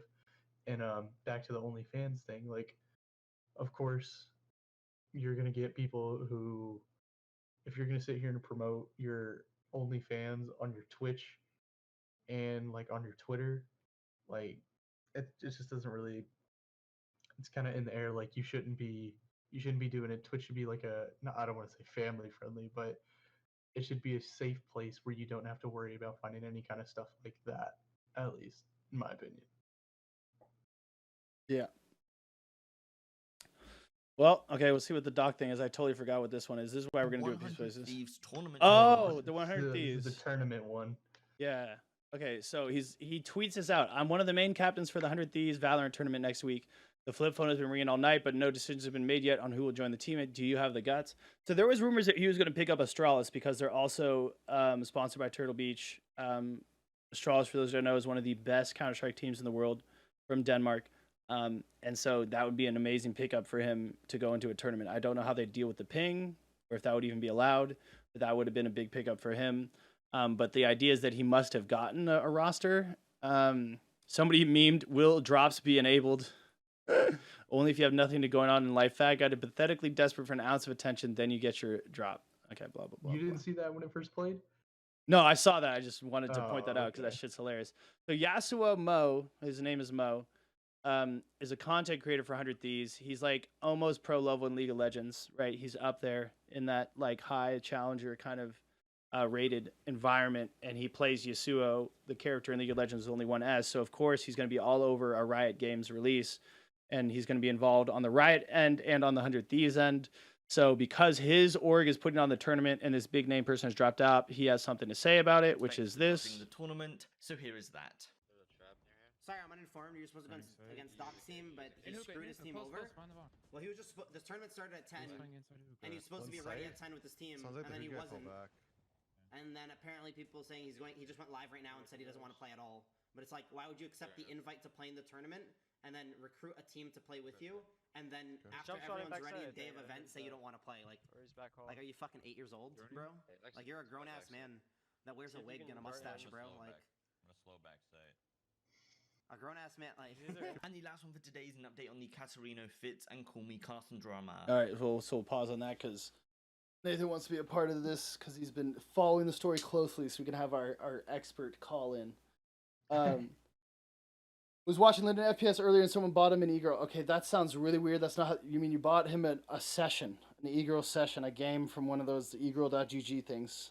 She almost promoted her OnlyFans on a stream, and I was like, whoa, yeah. If she promotes her OnlyFans on a stream, it's his problem, right? Because it occurs on his stream, even if it isn't him saying it, which is why people try and get in your games and say bad words to get you in trouble. But the context is often taken into consideration on Twitch, which is why it's happened on my channel. And I've had to delete clips and VODs because people have said the N word or the gay F word. And I've had to get rid of it. But they don't ban me, assumedly, because they understand that it wasn't me saying it and it wasn't my friend. It was just some enemy teammate that I couldn't control. And I take steps to prevent it in the future each time it happens. So. Such is life, and I just looking at this distracts me. I can't even figure out what I'm looking at. Okay, so the Yasuo thing. I think everything Yasuo has to say is pretty on merit. The personal attacks are just like what him and people like him deal with. Like Tyler 1 is that way. You know, there's a line between banter and whatever. And he talks shit with Yasuo because they're both in the same League of Legends kind of space. Night Blue, the jungler, and then Doctor probably would jump in this all in a heartbeat to be a part of the drama because that's his persona. Although in this one, he's very clearly in the wrong. If you go live after tournament start, when you've the most solid argument he has here is why would you accept the invite and then develop a roster and then not show? And your excuse when you go live is that he streams after an hour during and says you just don't feel like playing. Like what? That's some shit right there. Yeah, it's one thing to accept it and be like behind closed doors and be like, yeah, I'm gonna be a team, but to publicly announce it and be like, yeah, I'm gonna be a captain for the 100 Thieves Valorant tournament, and tournament day comes around and you're just a no-show, and then go to stream. I think you said it was an hour after it was live, right? Yeah. Something like that, and just say you don't feel like playing. I personally, I think there's a bigger reason. If it is he just didn't want to play, I agree with Yasuo. And how old are you? That's pretty childish to just opt out of a tournament. You kind of hyped up yourself. It doesn't really make sense. Yeah, it's whatever. Well, I'm sure with time the facts will slip out. Maybe the roster he had didn't show up on the day or something like that happened. So we'll figure that out. Let's see. Did he say in the clip that his team showed? But I thought Doc was the only one who didn't show. Oh, I have no idea. Oh no! Oh well, that's his assumption. Like he's saying, not only is this bad to not show, but imagine what's going on for the people that he chose. Like here. Get a mustache, bro. A grown ass man, And the last one for today is an update on the Katarino Fitz and Call Me Carson drama. As a reminder from the previous video, Katarino and Call Me Carson were supposedly dating, and we found out that Katarino has cheated on Call Me Carson with Fitz. This one is quite a big one, so let's get right into it. And so after the past couple weeks, Katarino and Fitz have both broken their silence. So let's begin on the Katarino side. She's released a 4-minute video on the subject titled... Oh my god, do we have to watch the video again? Nathan, are you here? Nathan! Wait, it says he's picked up. Oh, wait, I have to join the call. Oh, Megalo. You hear Nathan? Okay. Yeah. Oh, wait, you can hear me? Okay, yeah. Okay. So, Nathan's been following her career with great interest, or at least this story. So, whatever you want to say, just jump in and let me know about it. But, so from my understanding, and I've seen a little bit of Katarino plus Carson, I actually did have the impression, just like she said, you gave people the impression that they were dating. I had the impression that Katarino and Carson were together, and I don't even watch Katarino content. I don't watch very much Raj Patel content, which is where that stuff would have been visible. And I do watch a decent amount of Carson content. I haven't in the past couple months, but when I first discovered him late last year, I watched everything that he's ever put out, and then I was waiting for more. That's the kind of person I am. I just get addicted to shit, and then I was just oh, I'm all out of it. I guess it's I'll have to wait for their weekly schedule or whatever, and it's not fast enough for me, so I lose interest and I start going to watch a bunch of stuff. Right now, I'm going through a bunch of Zero's content, the Smash YouTuber. It's good bedtime stuff. So any addition? Okay, so we don't know exactly the timeline a lot. There's a lot of Reddit comments that I got linked to from Nathan right now. So not only. So Carson is a very popular YouTuber, and he has a certain circle. And Fitz is in that circle. He's just not officially with him the way that he's with the Misfits. So she is in this online relationship, this dating thing with Carson, but she's also done it with I Will Dominate, who is one of the junglers for Team Dignitas, where him and I'm a Cutie Pie came from in the first 3 seasons of League of Legends esports. And so she's been with Carson, I Will Dominate, her real life boyfriend, and then Fitz after Carson, and this is Carson's friend, which is why it's considered particularly heinous. Am I up to date, Mr. Nathan Expert here? You're up to date up until about like 5 days ago. Well, they've all been posting apologies, but what's new? There's even more boyfriends. Oh, yeah. There's a second video, so we're going to get into that. I think all we're covering for now, and you can stay with us through this next episode, is she's got her apology. Cutie Cinderella said it, and I guess I agree with it. Mental excuse is not a scapegoat for this. She's talking about how she felt like she was a passenger in her own life. And I'm sorry to Fitz's community. I'm glad you said that, because I was feeling the exact same way. I was like, I don't know, I feel kind of bad like saying this is like the whole, I hate to say it, but like school shooter thing. Some people have gotten away with like, oh, mental illness and stuff like that. Like it's becoming a trend that people, Video where she, not to say like they're on the same severity level, but some people, it's the trend of, if I use a mental excuse, If I mention get it a in the slap on my apology, wrist. yeah, I get the backlash is less bad. Yeah.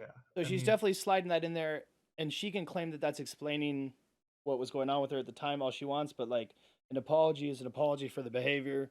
An explanation is an explanation, or excuses or whatever you want. It's all very muddied, but mental health is not, or mental issues is not a scapegoat.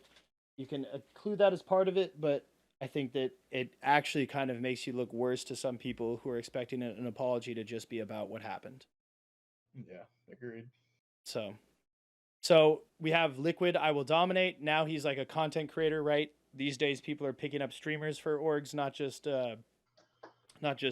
competitive tournament gamers. Although Dominant was a pro gamer for a lot of League of Legends career, and he still plays at a very, very high level. It's weird just because he put this out there. Maybe this is because he's trying to get ahead of it in case somebody was going to expose and be like, weren't you two at an event and I saw you guys at the club together or something? Oh. You know what I mean? So maybe he's getting ahead of it, but he is admitting that they had some kind of physical and emotional relationship that didn't last late last year. So she's now like the 4-time champion or something is the joke I saw. A quadra champion was the Champions Club jokes. And then, I mean, and he raises a very interesting thing because it's something that I've struggled with too, in terms of like whether or not you're going to talk about relationships. And I kind of still am on Dom's situation here, which is this. He said, was in a relationship with. she made a video where she, during with There's me, five I did not know about any of this stuff. Jesus. Obviously, going into it, like I just take people's word at face value, and people I who heard know me, 6, know that's my correct. channel. Like I don't really Well, like talk about girls I've been with, etc. I don't talk about girls I've been with, etc. On my channel, it's not really relevant. I don't feel like it's your guys' business. And then he talks about long-term girlfriends and like the difference between talking about various things. So, I mean, it's every streamer's decision to make it as public or non-public as you want. Because I'm a charity streamer and a competitive gamer and stuff like that, and I'm not like a just chatter, I'm not like an offline TV situation. My life is not necessarily my content, right? I have a life outside of this. As small as it is, because I'm a huge nerd and I do this all the time, there is stuff that I just feel like, why is that relevant? It's not what I'm trying to get popular to do with my channel. Like, I do, a lot of stuff to do with my channel is not necessarily gaming related, like falling out the window and stuff like that, and all like the me being super excitable and yelling, and we all talk to with our friends and the funny things we say. But it's not like, oh, I'm going on a date with this person, let me make it into a YouTube video so you guys can watch and you know, take in as content. That's just not what I put out. So but other people, right? Maybe they want to do that, and if they're chill with their partner to know that, that's all the thing. And then there's the partner, right? Like the Spider-Man thing, where Spider-Man's like, I can't let anyone know that I'm with Mary Jane or whatever because people are gonna get at her to get out with me. And as somebody who's had himself and family members doxxed, that's exactly where I come from too. Like I don't even know if I would talk about having a long-term girlfriend on stream with you guys if and when I have one. You know what I mean? So it's just like and what I really stress here that all I have to say is on my opinion about it is that it's every streamer's right to decide for themselves what they want to share or not share. Personally, I share very, very little about relationship stuff. Um, if I avoid questions like that from Twitch chat, then maybe that's why. But it just doesn't come up that often for me because I'm like I said, I'm not a big just chatting streamer. Um, I'm not like I don't have like a current long-term girlfriend or anything like that, so I don't have really any like news to share with you guys in that regard. I apologize. Maybe new drama one day. I'll be like, "Hi, this is Karen. She always asks for the manager, and that's how we met." Karen, bro. Yeah. No, it won't be. My grandmother's name is Karen, so it's hard to hear all the Karen jokes sometimes, but it's all good. Pepe hands me neither. See, then it's like, what do I do? Do I like advertise my singleness as like a relatable aspect, and then we can all be like Pepe hands me neither together? So like once you start like talking about your relationship status all the time, it becomes something you use as like content or to make yourself more relatable to your audience or this, that, the other. And like as soon as you step one foot in it, it's so hard to not tumble all the way to the bottom like this. So that's kind of maybe that's why I am always so like private about it. And I feel like most people are very respectful about it just because they have to understand. I mean, it's a private thing if they wish it to be. So be like Lynn FPS 27 and still a virgin. That's got to be a lie. That's a meme. I mean, he's pretty I can't imagine a lot of nice girls wanting to spend a lot of time with someone like that if that's how he always is. But I mean, he's got to have charmed somebody in his life that far down the road. You know what I mean? I'm pretty sure that that's just a lie. But and there's the guy with the Virginity Rocks campaign on YouTube. Adrastis really likes that guy. I saw one of his videos. It seemed interesting. I saw one of their shirts at work one day, and it was a girl wearing it, and I just see Virginity Rock. She walks up to me and she's asking where this item is. It says Virginity Rocks, and I'm just like, what?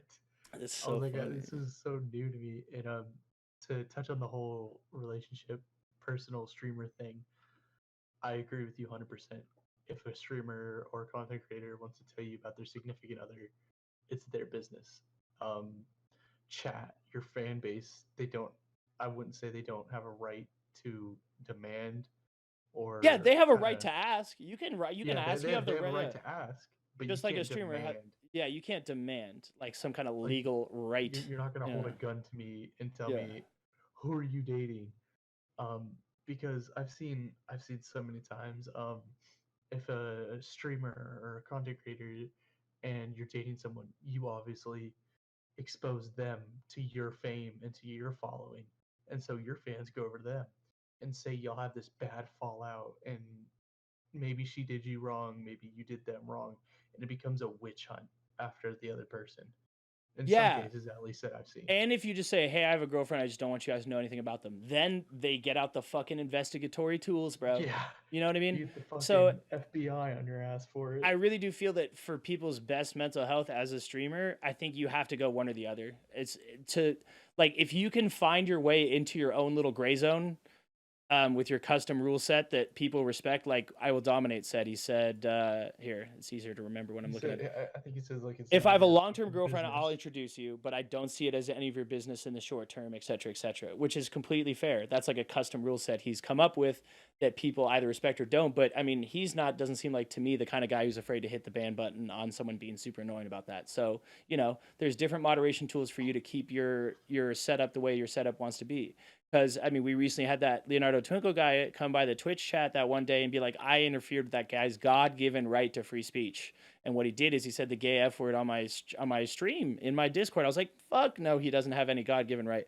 Like, if he had a God-given right, why did God stop me from disconnecting him from my Discord, banning him from my Twitch chat? You know what I mean? Like, the fan button on it. yeah. Well, I mean, rights get violated all the time. So I guess it's not like I was going to get smoten for doing it. But just to think that, like, me not wanting TOS violating stuff on my channel, and his other argument when we got into the DMs was also that you need to wake up about Twitch because you don't own your Twitch channel, Twitch does. And I'm like, honestly, it's more of a joint ownership, because after 24 hours, all the content that I put out on Twitch is mine. I can download it. I can delete it from Twitch. I can even delete it as soon as it's done streaming, but I can't upload it to YouTube until 24 hours after the stream ends. That's something a lot of people don't know, a little bit of minutia about content creation on Twitch. I did not know. Yeah, they have an exclusive contractual right to all of your content 24 hours for the first 24 hours after it's been created. I'm pretty sure they turn a blind eye to it, just I said, terms of service, right? Because Valorant stuff was going up as soon as it was created, it feels like. Yeah, if you upload your VOD to YouTube less than 1 day after you did the stream, you risk being in trouble. So think about that, guys. I'm just saying. Anyway, Crypt is saying 6 girlfriends. Nathan's got a lot of other stuff that isn't getting covered here. We're going to do that on the next video. Like, we're going to play back to back right now. I don't mean like next week. Wait for it. Haha. But let's do this in 2 different parts because there's still more to digest on this. I'm pretty sure this apology, April 15th, 1:20 p.m. I thought this one was first. April 15th, 12:53 p.m. Okay, so this is 30 minutes before. So because the 8-ball reference seems backwards, and it is, because Carson said sorry for bringing all this out to light because it's an important distinction, and I think it's fair. He said, just a flawed person and all this other stuff like that. I think what is wrong what you did, but I don't think your career should be at risk. And I think I believe that. But the thing is, this is something my dad once always told me. Oh, here it is. You did wrong, but you didn't deserve your careers jeopardized. I hope you both can become the people I want to see as. The court of public opinion is always in session. So you don't just get to be like, hold on, everybody read everything and understand everything before you develop your opinion. That's not how real life works. People are going to come to their opinions early and often. And if your career is based on being well liked, which, let's be honest, YouTube is a lot about that. Pro gaming, you could be somebody that people hate because you're an asshole. But if your org is happy with your tournament results and they pay you whatever, and you get whatever cut you get of tournament prize pools and everything else, and that's enough for you to make your life, then your career is not as dependent upon what people think about you. But the majority of people who make careers off of content creation live in the public eye and at the will of the public, and this is one of those times that reminds you of it, because you can get canceled not just for racist behavior, but or being an asshole, but for this cheating on, and for Fitz, he was Carson's good friend. So this girl that was with his good friend is then he sleeps with her, and it becomes a thing. Hey, dropping in to leave you a lurk. Thank you for the lurk, crazy. We're going over totally exciting drama. I'm more interested in the other stories. That's why I'm always reluctant to discuss this, but it gets everyone's a flurl. So we will address it. So he says, sorry, I'm going to go back to playing 8-ball now. Fitz does, I mean, I don't know what you could consider a good job of apologizing is, but this seems like relatively decent and nice. It's hard to understand who's being like authentic and real about how sorry they are when their careers are on the line, because it's very easy to just be like, hey, you're only sorry because you're sorry your subscribers are going down, or your money's going down, or your sponsors are disappearing, your views are dropping. Have you even gotten to yesterday's episode yet? No, we're just at the end of recapping this episode, then we're doing the next one. But as you can see, if you've ever decided that I'm worthy of versing you in 8-ball, I'll be here. So he says, sorry, I want to do it publicly, not just in private, which seems a little weird, but until you realize that for the past couple weeks, it's actually been put in private, whether he wanted it to be public or not. If he was the first one to go public as the guy who his good buddy's girlfriend cheated on him with, then that would be a little weird, but it already was public. I'm sorry for what I did. I regret it. I wish I was still your friend, but I understand that I'm not, so I'll be around if you ever forgive me.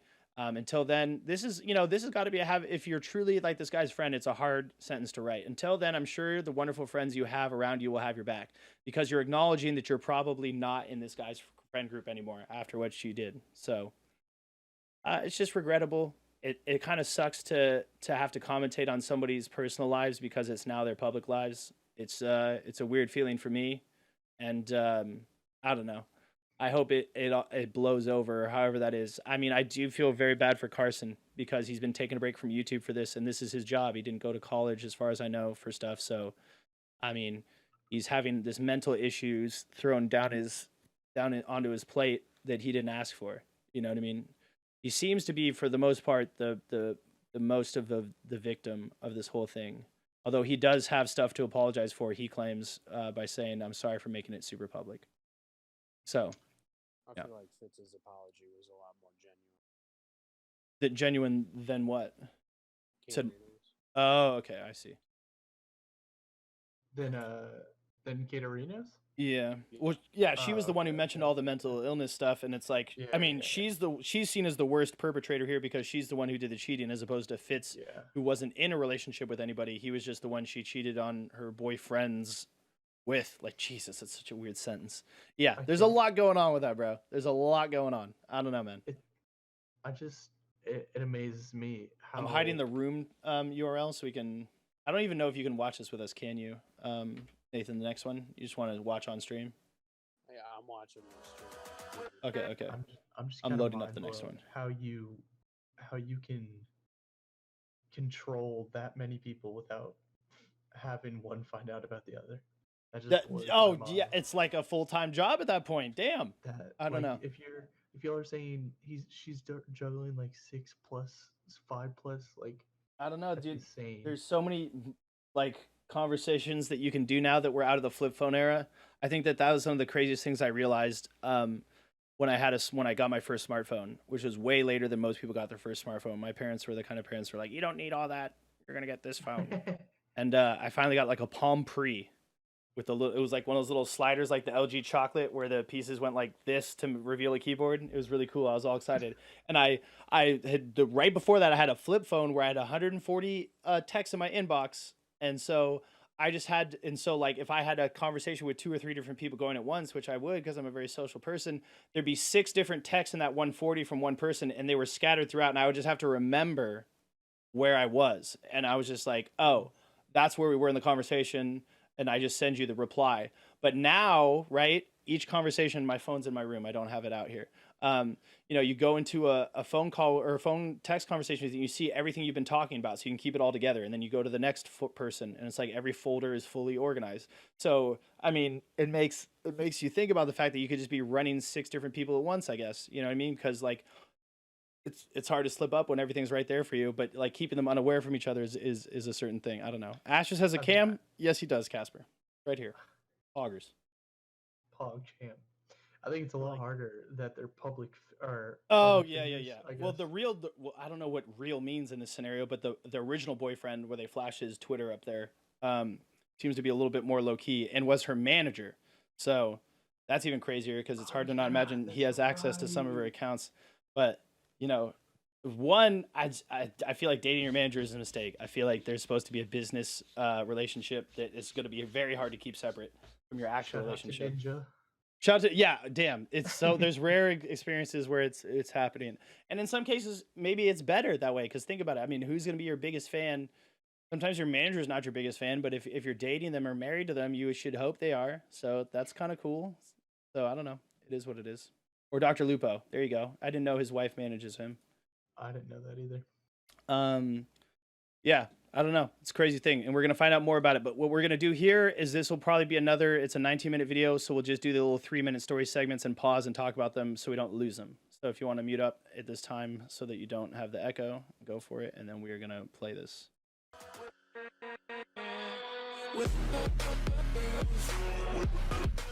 Welcome back to Streamers Reloaded. My name is Tom, and let's get right into the news. And we begin today with one that comes from the popular streamer Harris Heller, and some drama surrounding raiding similar to that of hosting on Twitch. Often when a streamer finishes their stream, they'll make the decision to raid another channel. This sends over all the viewers that accept from one channel to another. And that's where this one comes from, as Harris Heller decided at the end of one of his streams to host the popular YouTube channel owner Jay's 2 cents. And unlike the normal reaction of thank you, Jay's reaction reaction to this host wasn't that. Harris Heller spoke about this raid afterwards saying, "Super sorry about today's raid, guys. Some big content creators just want to connect with their audience on Twitch and don't care about raids. That's fine. But today I sent you to one of my favorite YouTubers and all he did was talk down on your names. Won't make that mistake again." So following on, let's take a look at the actual raid. Here is the clip.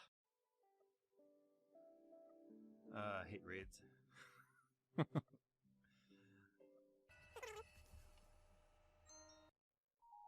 Why would I be confused? I'm not a noob. I don't care about raids and stuff. I mean, I stream and whoever wants to watch it can watch it. I don't like the idea of dumping your viewers on someone else. I mean, I understand why it exists, but whatever. You can see at this point that chat starts getting a bit bitter, with messages such as, "Wow, okay then, must hate Harris Heller, and really, you hate raids after what Harris did to you?" This of course continues. Yeah, see, things were perfectly chill until now everyone's in here all bitching and complaining, and I'm not gonna stop what I'm doing.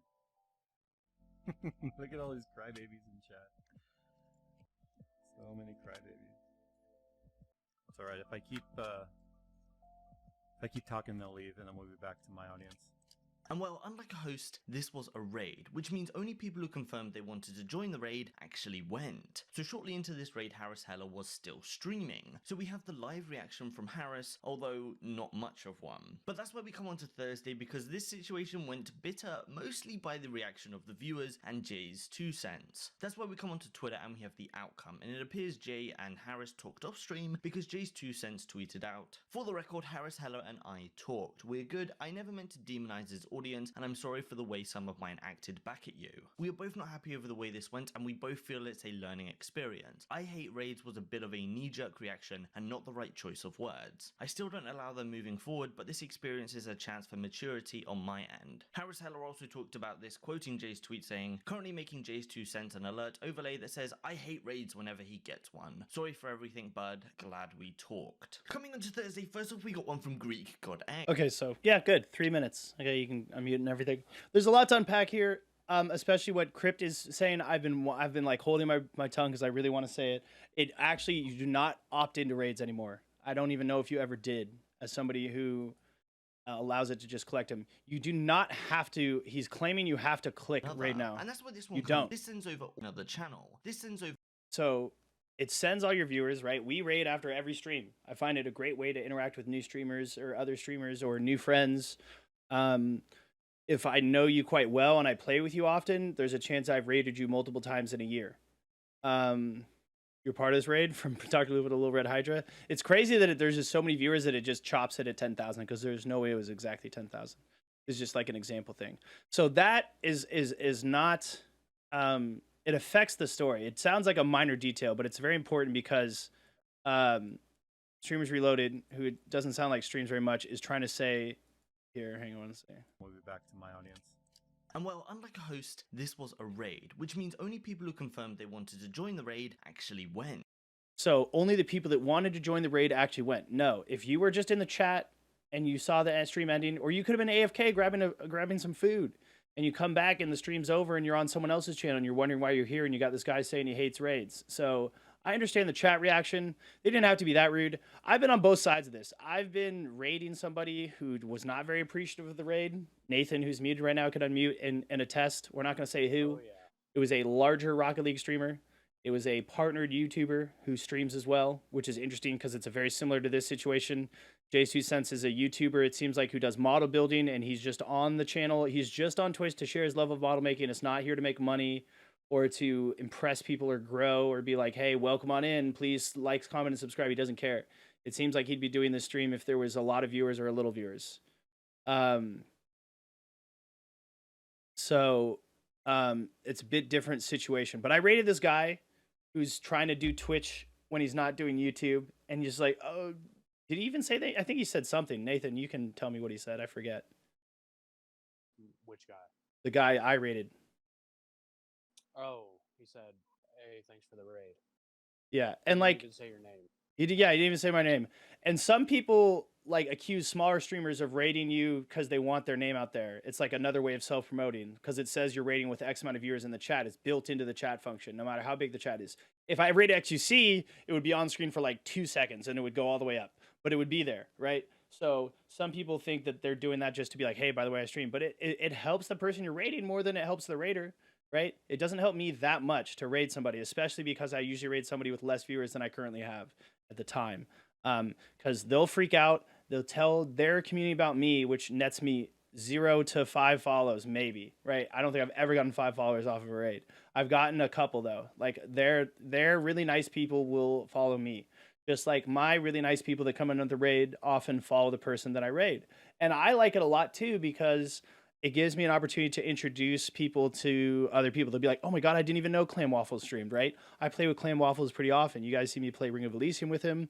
I'm actually going to be with Balmung, him and Jason, we're going to be doing a Warzone qualifier this Tuesday, this next Thursday, or sorry, this Tuesday, next Tuesday, and this Thursday. So we have 3 chances.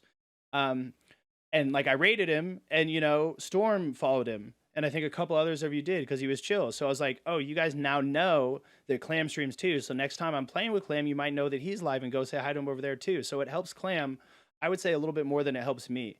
But everything about the politics of hosting and rating are understandable for me from this point of view. Because I've been both the person who's been rated and been not the best receiver of the raid. And I've been the raider who is underappreciated.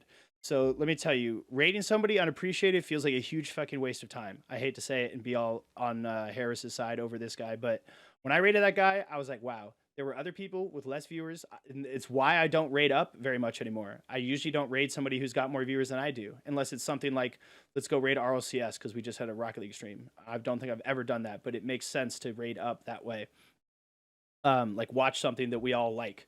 Sometimes it's like, I like this guy. This guy's my friend. I've played with him. He's not playing the game I just played. He doesn't play something you guys even might like, but I like him and I want to help him. And so it's more from me to that person and you guys become the vehicle for that. So maybe that's not the best kind of raid to do. And I apologize if that's how you guys feel, but that's not how I see you guys. I don't see you guys as like numbers to send to another channel, but that is mathematically what's going on. You take your viewers and you make them that person's viewers when you raid. Or Dano, he's appreciative. Jason, yeah, Dano's appreciative. Jason Bond. No. Lamb is chill as fuck. Exactly. E-Rob, what did E-Rob do? I want to type Kappa, not put a moon face in chat. Dude, sometimes it takes their shit, dude. Honestly, most YouTube emotes get filtered out like cuss words and I have to allow them. I always allow them, but I'd need to figure out a way to just let that happen. But I'd say the one time where I've been in Jay-Z 2 cents thing has not been like this. I was not like, I hate raids. I was in like a 5-minute super dramatic Grand Theft Auto roleplay situation where I had to escape from an ambulance and I got camped and I was bleeding out and I was calling medics to try and patch me up in an alleyway behind the hospital so that these guys didn't know where I was so they couldn't kidnap me. And I was arguing with like 5 different people in the hospital and shit like that. And it was fun, but it was very distracting and time consuming. And when I looked over at the chat, I saw several people had come in on a raid and the guys who had come with him, his viewers were like, hello, raid, hello?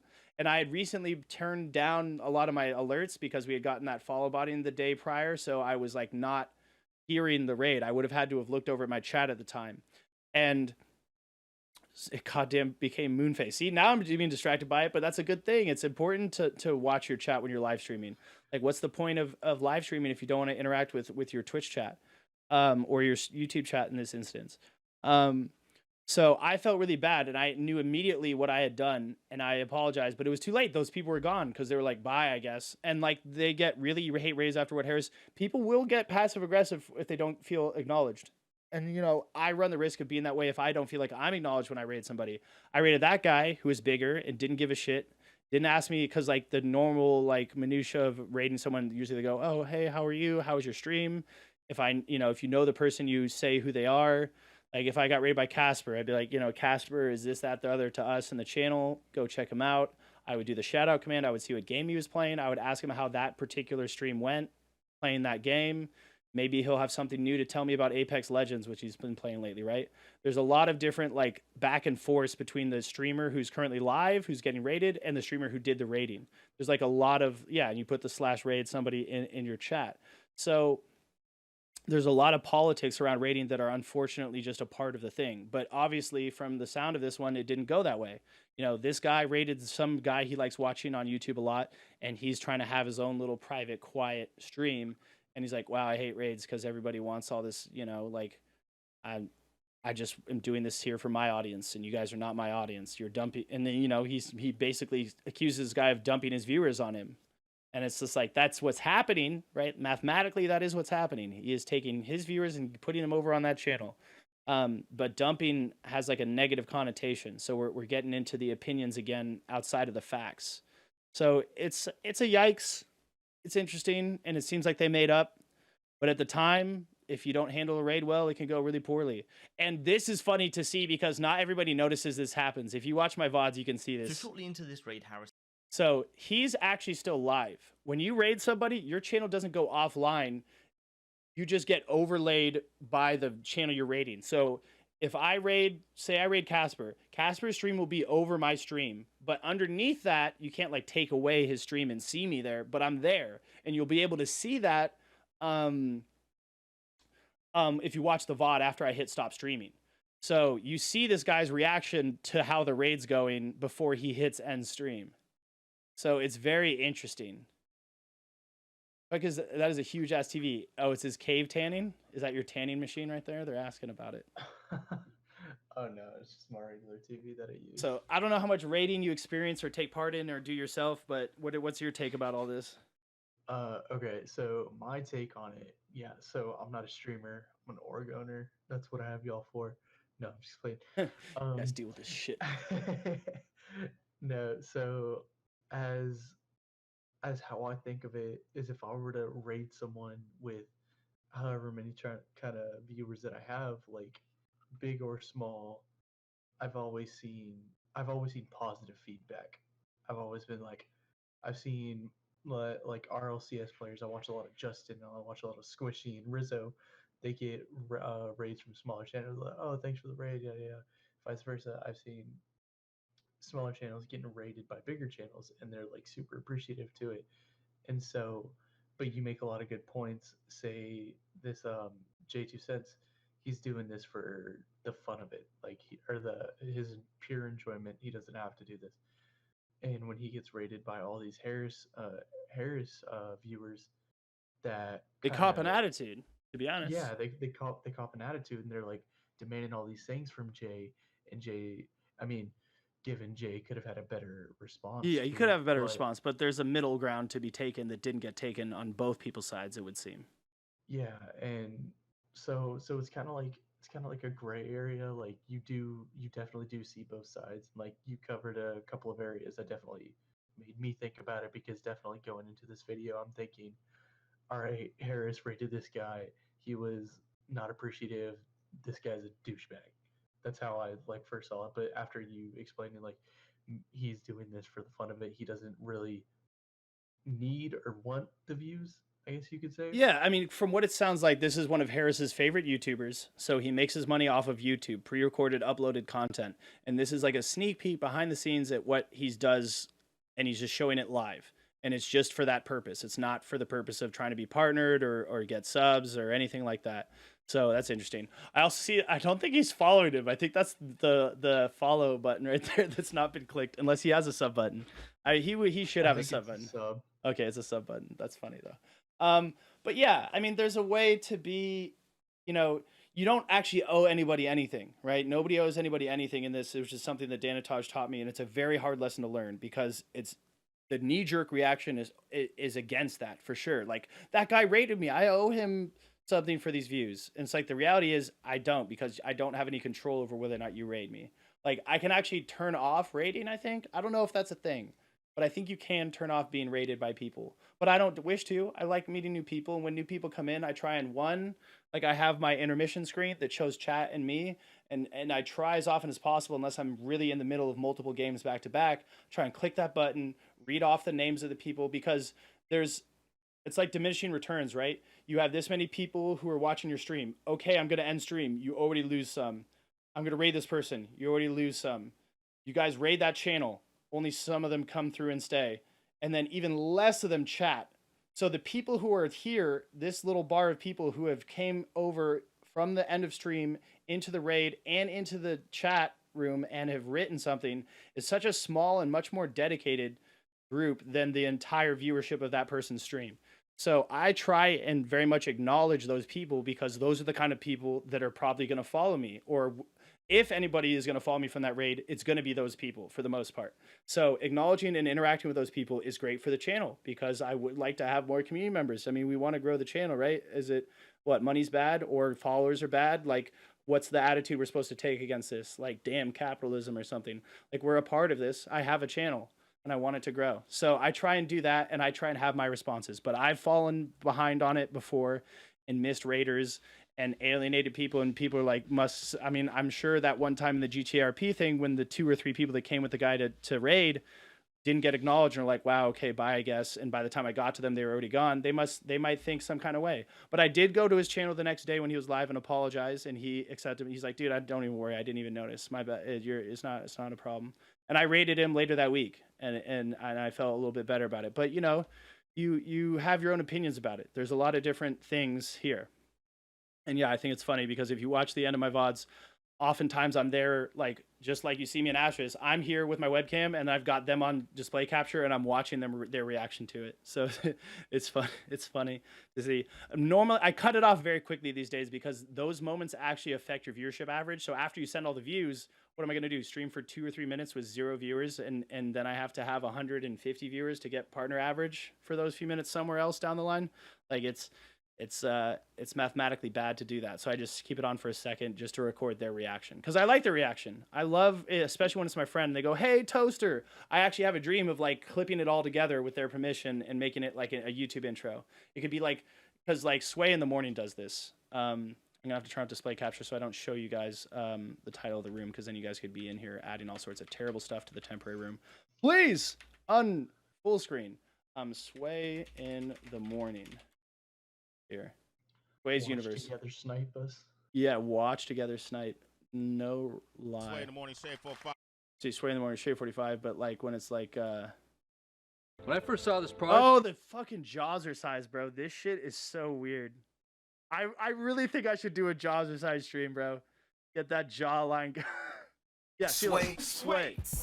In the morning. In the morning. Shade 45. Wake your fuck ass up. Crust out your eyes. You ready? I think So he has like a bunch of different people, like Snoop Dogg saying Sway. I want to do that for my channel. I want to have a Toaster where it's like Toaster, and where am I going to get all these people saying Toaster? People acknowledging my raids. So I've been thinking about getting that done at some point. So oftentimes that's part of the reason why I'm still live after the raid, but then I cut it off very quickly. But it's very interesting to see somebody else recognize that this is a thing. So when I raid, guys, I'm still live for a few seconds. If you want to see that very extra, very sneak peek when I think nobody's watching, but I know, okay, I know, for that last 15, 30 seconds of the stream, just watch the VOD and fast forward right to the end, right after everyone gets sent over to the channel, and you'll be revealed to you. So, but I mean, they get it together. It's very small, but like I said, this is online, and the court of public opinion is always in session. So the reason this matters is because look, they've got the blue check marks. They're all very popular YouTube content creators, and Casper knows this because he's a YouTuber. He's way more into YouTube, like accounts than I am, I guess. He's knowledgeable about more YouTubers than I am, for sure. For example, I never knew Harris Heller before this, or Jay-Z 2 Cents, and it seems like somebody knew Jay-Z's 2 Cents before this. Ben Beer, I think, knew him, and then Casper knew about Harris. Either of these two. Never heard of either of these guys, but yeah. Like the Coke Gaming ad, but Toaster intro, yeah. Coke Gaming, what? Toast with the right. Yeah, that'll Thanks be the intro. Sponsoring Coke Gaming. Oh my god, how many subs we made the partner program. Yeah, it's pretty minor. Honestly, with how serious the drama's been going, especially the Caterino stuff that we're gonna have to get to, this is almost a relief to see this on my feed and watch this on YouTube. It's just like, oh god, it's like this guy didn't care about the raid and this guy did and this, that, the other. Because for me, I hate feeling that way. Like I said, I tend to raid smaller streamers now, and it's because the last few times I've raided a bigger streamer, and somebody did write in my chat, Dan Nataj. Let me try and find where that was. Yes.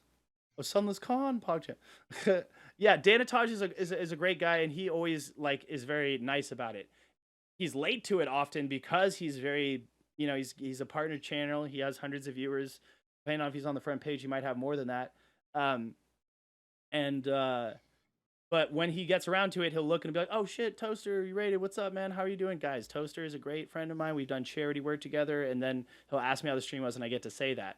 And it's a great opportunity for us. But the whole point of it is not self promo. I want to show Danataj to people who have maybe not seen him before.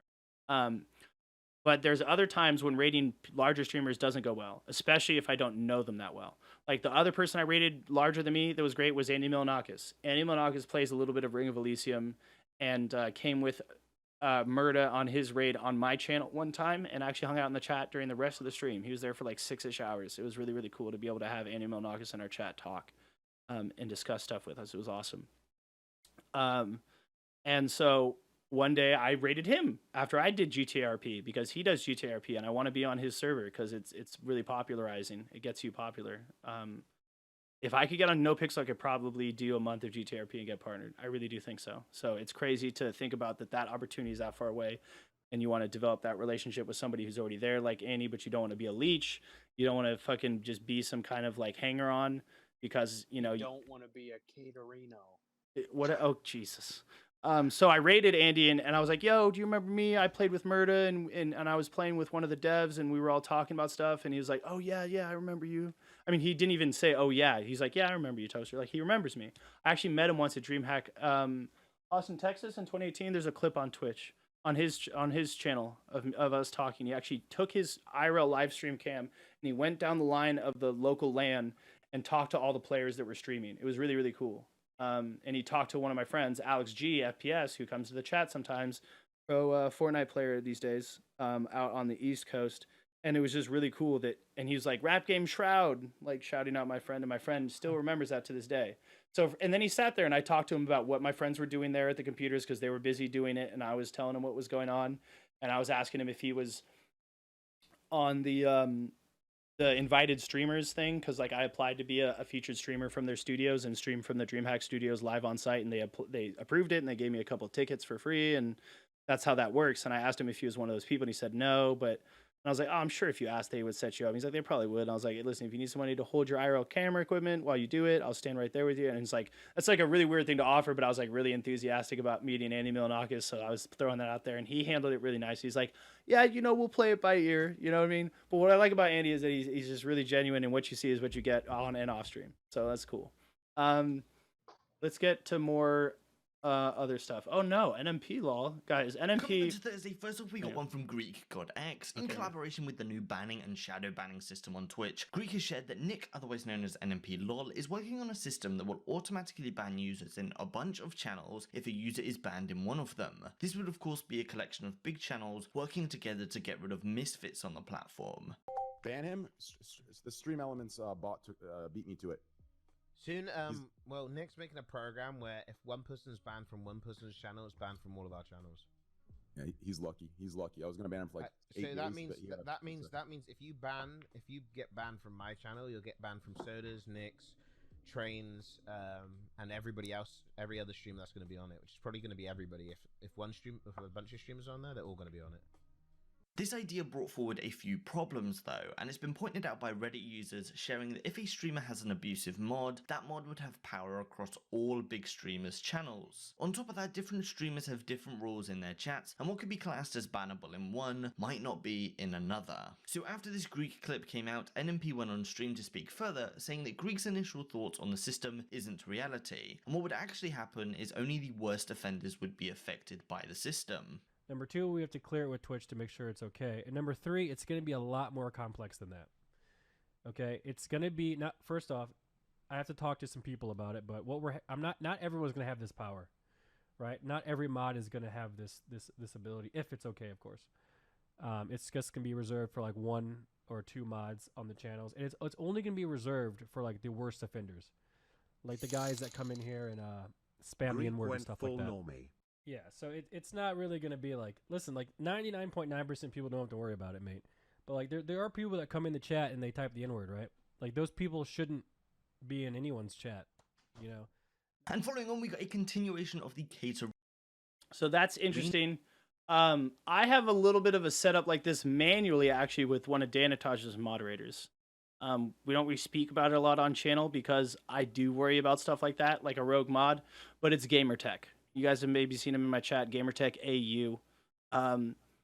Sometimes moderators like Casper see it happen because moderators and myself see people getting banned while I'm live. Like, I'll be live streaming, nobody will be doing anything wrong in my chat, and suddenly somebody's banned. But what's great about Gamertech is that he always lists an extensive reason about why he did it, and it's like harassing underage people in chat or like trying to say the N-word type stuff like that. And it's like he really only is getting rid of people that I wouldn't want in my chat anyway. Not somebody who just got like in an argument with Danitaj and it's like maybe they could have a positive relationship with me and like you're denying me future potential audience members or something like that. It's always been like super importantly like Nick saying, the guy who might try and say the N-word or something, like people who shouldn't be in anybody's chats.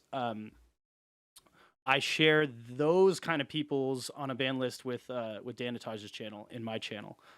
So it's not really that often. It really only happens once or twice a week, and I see it, if that. Sometimes I haven't seen it in a while, actually, lately. But I did see one within the past month, I want to say. Within the last 4 weeks, I definitely saw something, and I read the reason. And I read the reason, and I know Gamertech, and I'm just like, yeah, I agree. Fuck it. I don't want that person over here anyway. The odds of them coming over here anyway are pretty minor anyway, because we don't share the same games often enough. Yeah. And I think about that sometimes too. Like the guy I had to stop from saying the gay F word, and then the guy was like, you're interrupting his God-given right to say the gay F word on your channel. like whatever that guy's mental process is on that, I can't even begin to understand. I don't want either of those guys joining me in the raid, and I raided within 40 minutes of that. So I think about that sometimes.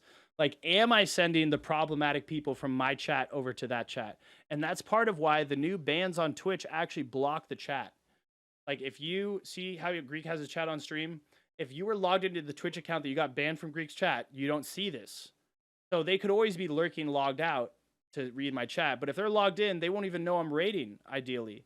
And that's good because I don't want to raid somebody and all the problem people who are still lurking in my chat because they want to ruin stuff somehow go to your chat and ruin your stuff, or they find out that you're a friend of mine and they try and like reverse engineer their way, social engineer their way into being your friend. And then one day all three of us are in a call together, or they're just like, hey, my friend wants to come play. And it's that guy that I totally forgot I banned. And he comes in and tries to say something, you know, like you have these little paranoid thoughts that aren't so paranoid after all, when you think about how crazy people can get online. So this is way more developed than that. This would be like one thing that maybe like Greek's most trusted mod would have, and everybody's from that channel most trusted mod would have. But it's not a small thing to be banned from all those channels, the channels he listed. His channel, NMP Law's channel, Soda Poppin's channel, Trainwreck's channel. If we're talking total follow count, we're almost to 10 million between the five of them, or the four of them. I think we might be over 10 million considering how big Soda Poppin is. It's crazy. Actually, we're not, because they would have to each average 2.5, and I don't think between them they all have 2.5 million average followers. But it's a crazy, like, large amount of space, Twitch-wise, right, to be banned from. So as long as Twitch is okay with it, I don't see why not. But like they said, there is the issue where a rogue mod could just decide, hey, fuck you in particular, enjoy not being able to be in 5 different chats. I don't know. It's interesting. Yeah, I think the only thing that I could see being an issue is the mod gone rogue. That's a lot of power to have one ban be spread across several different several different channels. Do I think it's a good idea? Yeah, but of course, like NMP said, it's going to be a lot more complex than black and white and how Geek said it. Yeah. Dude, what is this? It says trendy dresses for older women on my ads. That's got to be because we were looking up popular names for old women on my stream, because we were developing a new character for GTRP. Oh yeah, we're having a new character. Her name is Mabel Machinsky, and she was around during the Great Depression. No, these kids with their fucking cars. There's a lot going on with that character that we haven't. It's not polished. He's going to be like of indeterminate age, because you can only make your character so old in USA RRP. I want her to be like 100 years old, and you're like, how is she still alive type shit. But the idea is that she's lived through like World War II and the Great Depression and shit. And she's like You Johnny, you piece of shit, you're just like your father. Like, oh my god, I can't wait. I'm excited for it, but we get there's a lot of James LeBlanc content that needs to be edited up before that happens. I want to see the rap videos again. The rap videos. The idea is that I'm gonna chop up because each of those is about 5 minutes. I don't really have a good YouTube outro where you have a card displayed in like the videos, and like I'm always so worried about figuring out the right audio to use for YouTube because I do intro music that only gets my VOD portion muted on Twitch. On YouTube, it could get my whole VOD taken down, even if I play a popular enough song. So what I want to do is I think I want the last 15 seconds of each James LeBlanc episode to just have part of one of those raps in it. And once we go through all the 15 seconds units, so the whole rap is up there in outros, then we'll release the actual video of it and just put it on YouTube. Maybe we'll put it on earlier, but it's funny. It's funny to me. For those who don't know who NMP Lol is, he's a World of Warcraft streamer, not League of Legends. Good friend of Soda Poppin', like IRL friend from like back in the day. They live together. Greek lives with them now too. He joined TSM as a streamer, so they're all in one big ass streamer house. And his girlfriend is actually Soda Poppin's YouTube editor. So they're all in one big streamer content creation house together. So it makes sense that they'd be that close with their moderation. Okay, now we're getting into the Nathan territory. A continuation of the Caterino drama. People have a lot of extra time at the moment, and specifically, a lot of extra time at the moment. Full detective mode. Full detective mode is what I've been telling you guys about. Anyone sharing information surrounding Kate, and there are some pretty big theories. So here we have a pretty big one that stems from a clip coming from XQC, who shared on stream that during TwitchCon 2019, although Kate was there with her boyfriend, she ended up going to a hotel room with someone else. We saw her, dude, with her boyfriend at a party, and even though her boyfriend was there physically, she was going into another dude's hotel room. So she's not like a quad champion, it's more like penta. There's another, but out of respect for that person that I respect a lot, I'd rather not say who it is. Connecting the dots to another clip that comes from around the same time, it comes from a Dungeons & Dragons game. This specific computer in this specific background. Now, if we take a look at Reynad, the owner of Tempo Storm from around the same time, as you can see, the theory is... Whoa, dude, either they... Oh my god. Okay, keep going. That Kate also got with Reynad at TwitchCon. This seems even more suspicious as last month, Caterino joined Tempo Storm, which she announced through Twitter.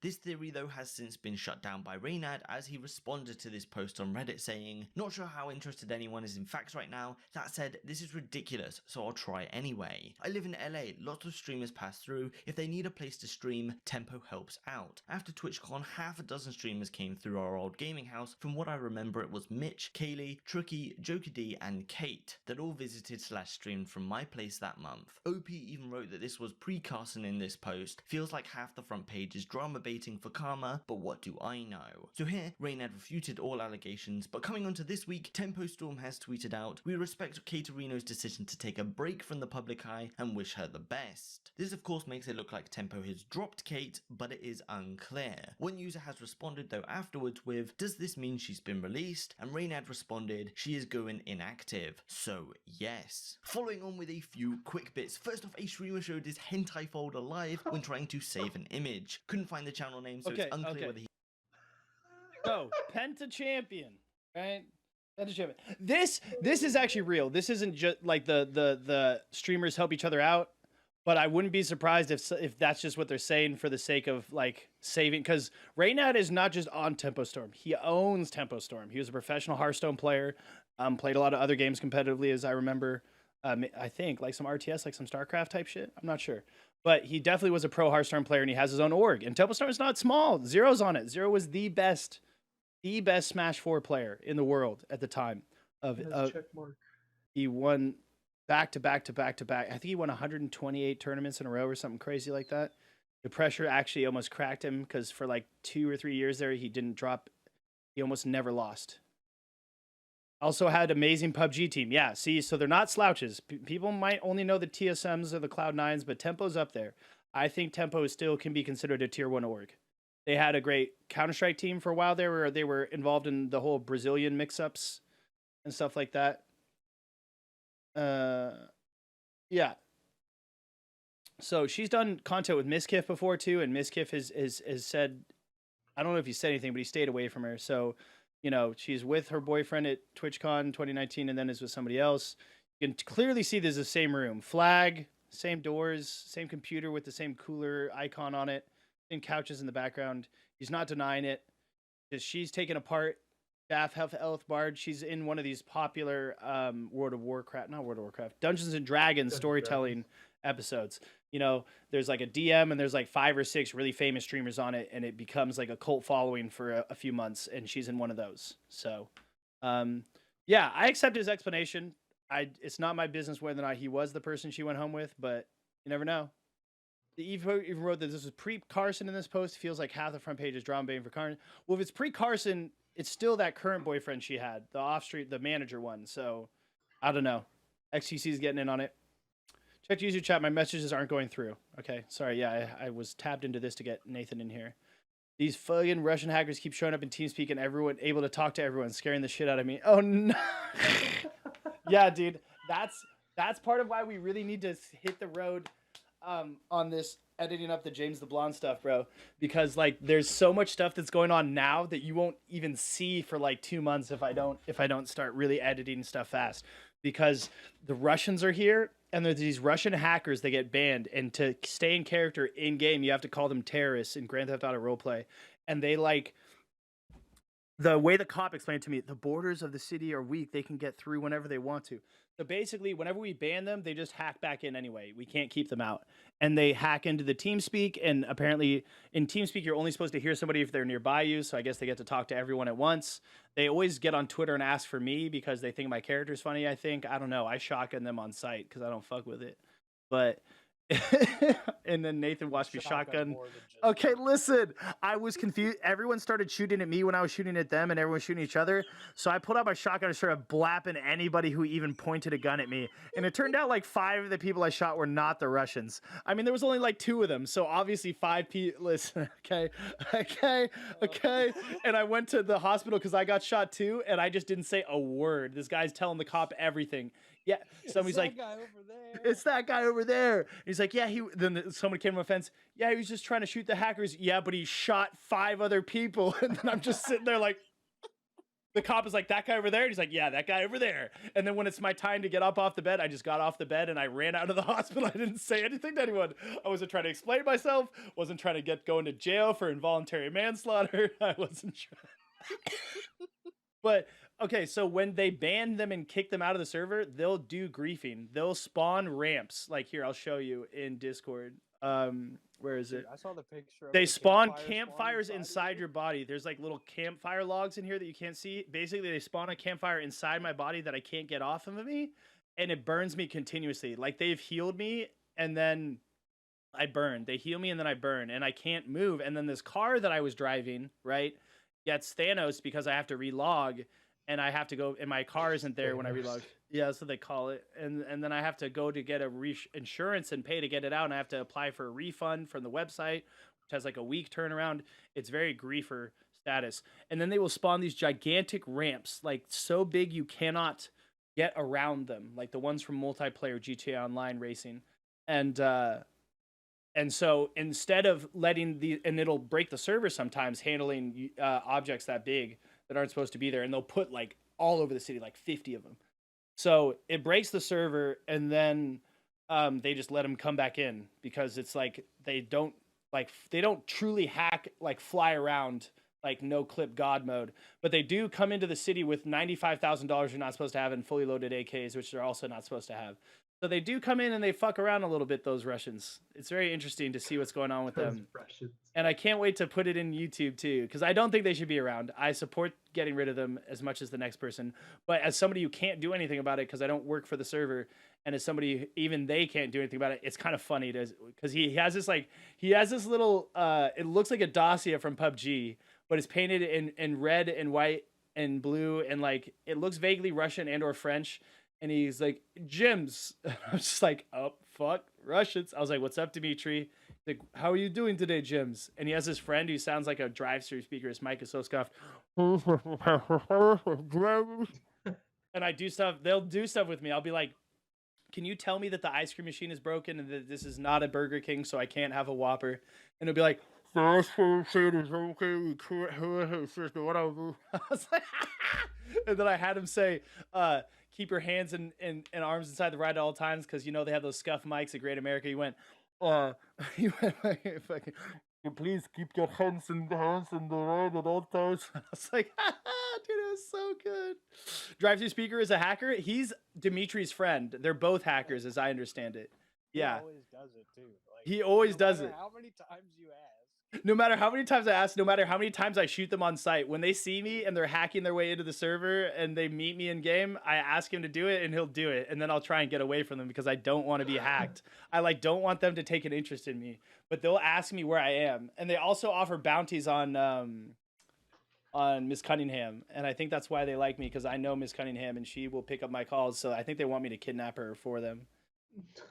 They'll do anonymous ads in the game so you don't know who's sitting there and say 100,000 for Miss Cunningham. Like, they don't even know Miss Cunningham. How interested anyone I is in think that there's Factory something Way. more to I that. live I in think she LA does know for a them. gaming house. She's probably part of the server staff at this point and like tells them to fuck off, and they probably don't like her particularly. I don't know. Anyway, okay, so let's see this. Oh wait, if this is the thing from like a month ago. Anyway, next story. Few quick bits. First off, a streamer showed his hentai folder live when trying to save an image. Couldn't find the channel name, so it's unclear whether he got banned or not, but it is a funny reaction. Dream. Like Kakashi. What did I just do? Then the streamer Miss Atmosphere 1 broke her tooth on her microphone. That's some dumb shit, guys. You gotta be careful with showing your stuff, because like I've got little folders for stuff, like when somebody was hacking or against Equus and them in Warzone, I had to save a clip of it to upload it to share it with Young, because he knows people who work for the Activision or whatever would be the governing body that would help with that. I had to save a clip of that, so I have a folder in my videos thing called drama, and I don't open that on stream ever. You know what I mean? And it even looks bad when I save an image and I'm going through my file directory and y'all see this folder labeled drama. You're like, ooh, what's in there? I mean, it's just stuff like that. It's not like actual like Katarina level drama shit. It's just like hacking or people doing bad stuff and claiming they weren't, like the video evidence of shit like that. I have folders, right? No, dude, all like stuff like that's online these days. The fact that you have like a fucking cache on your goddamn computer, I don't want to. I'm not here to kink shame anybody and say you have a problem, but you might have a problem. If all the porn that you could ever get in incognito mode each day you need it on your phone or desktop computer is not enough, that you need to fucking hoard yourself a fucking, don't look at this terabyte and what it is in here. Like, you might be like a jack off gremlin. You might need like some help. You know what I mean? I mean, Pokimane folder. Hello, dude. Oh my God. I'm wondering if it's in this, because when I told you about these smaller daily channels that I watch, like the Daily Twitch and the Streamers TV, I watched one. Miskiff found out that there's like a wiki feat for Pokey. One, the fact that there's something called wiki feat is disgusting. Two, the fact that they've got an entire folder of Pokimane is very weird. I feel like I've never seen anything below her waist. She said, listen, there were a lot of documentation. It was basically every picture where her feet's ever been in there. From her just sitting in her chair like this with her legs up to like her taking photos for Instagram that involve her feet. And it had like a feet rating. She has like 5 stars, I guess. I gotta see. Oh, hang on, let me not show the thing. Are these like a bare feet, or is it like? Yeah. It's not like shoes as well. Like, I don't know what's going on. Like, that's like a little. All of it's little. Okay, here it is. Miskiff finds the Incel Coomer headquarters online. Here we go. And I wanted to do this after we're done this, like little funny clips from live stream fails. Check it out.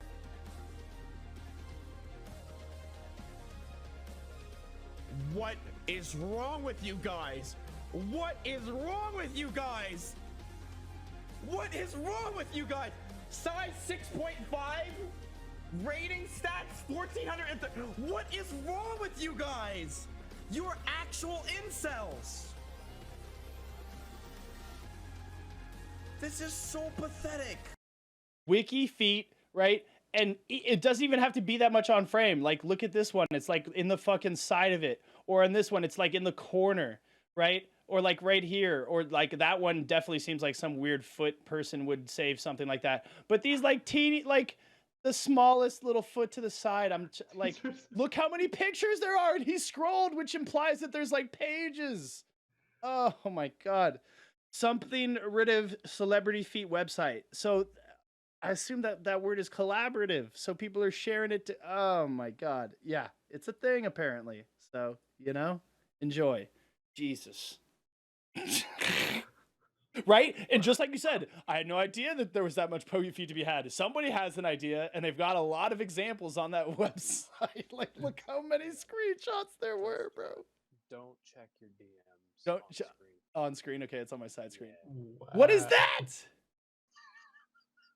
Now I see why y'all watch Pokemon. It's a picture of her bending over to the side to grab something, and it's like, and it is classic Twitch thoughts. it's fans, thick. too. It is.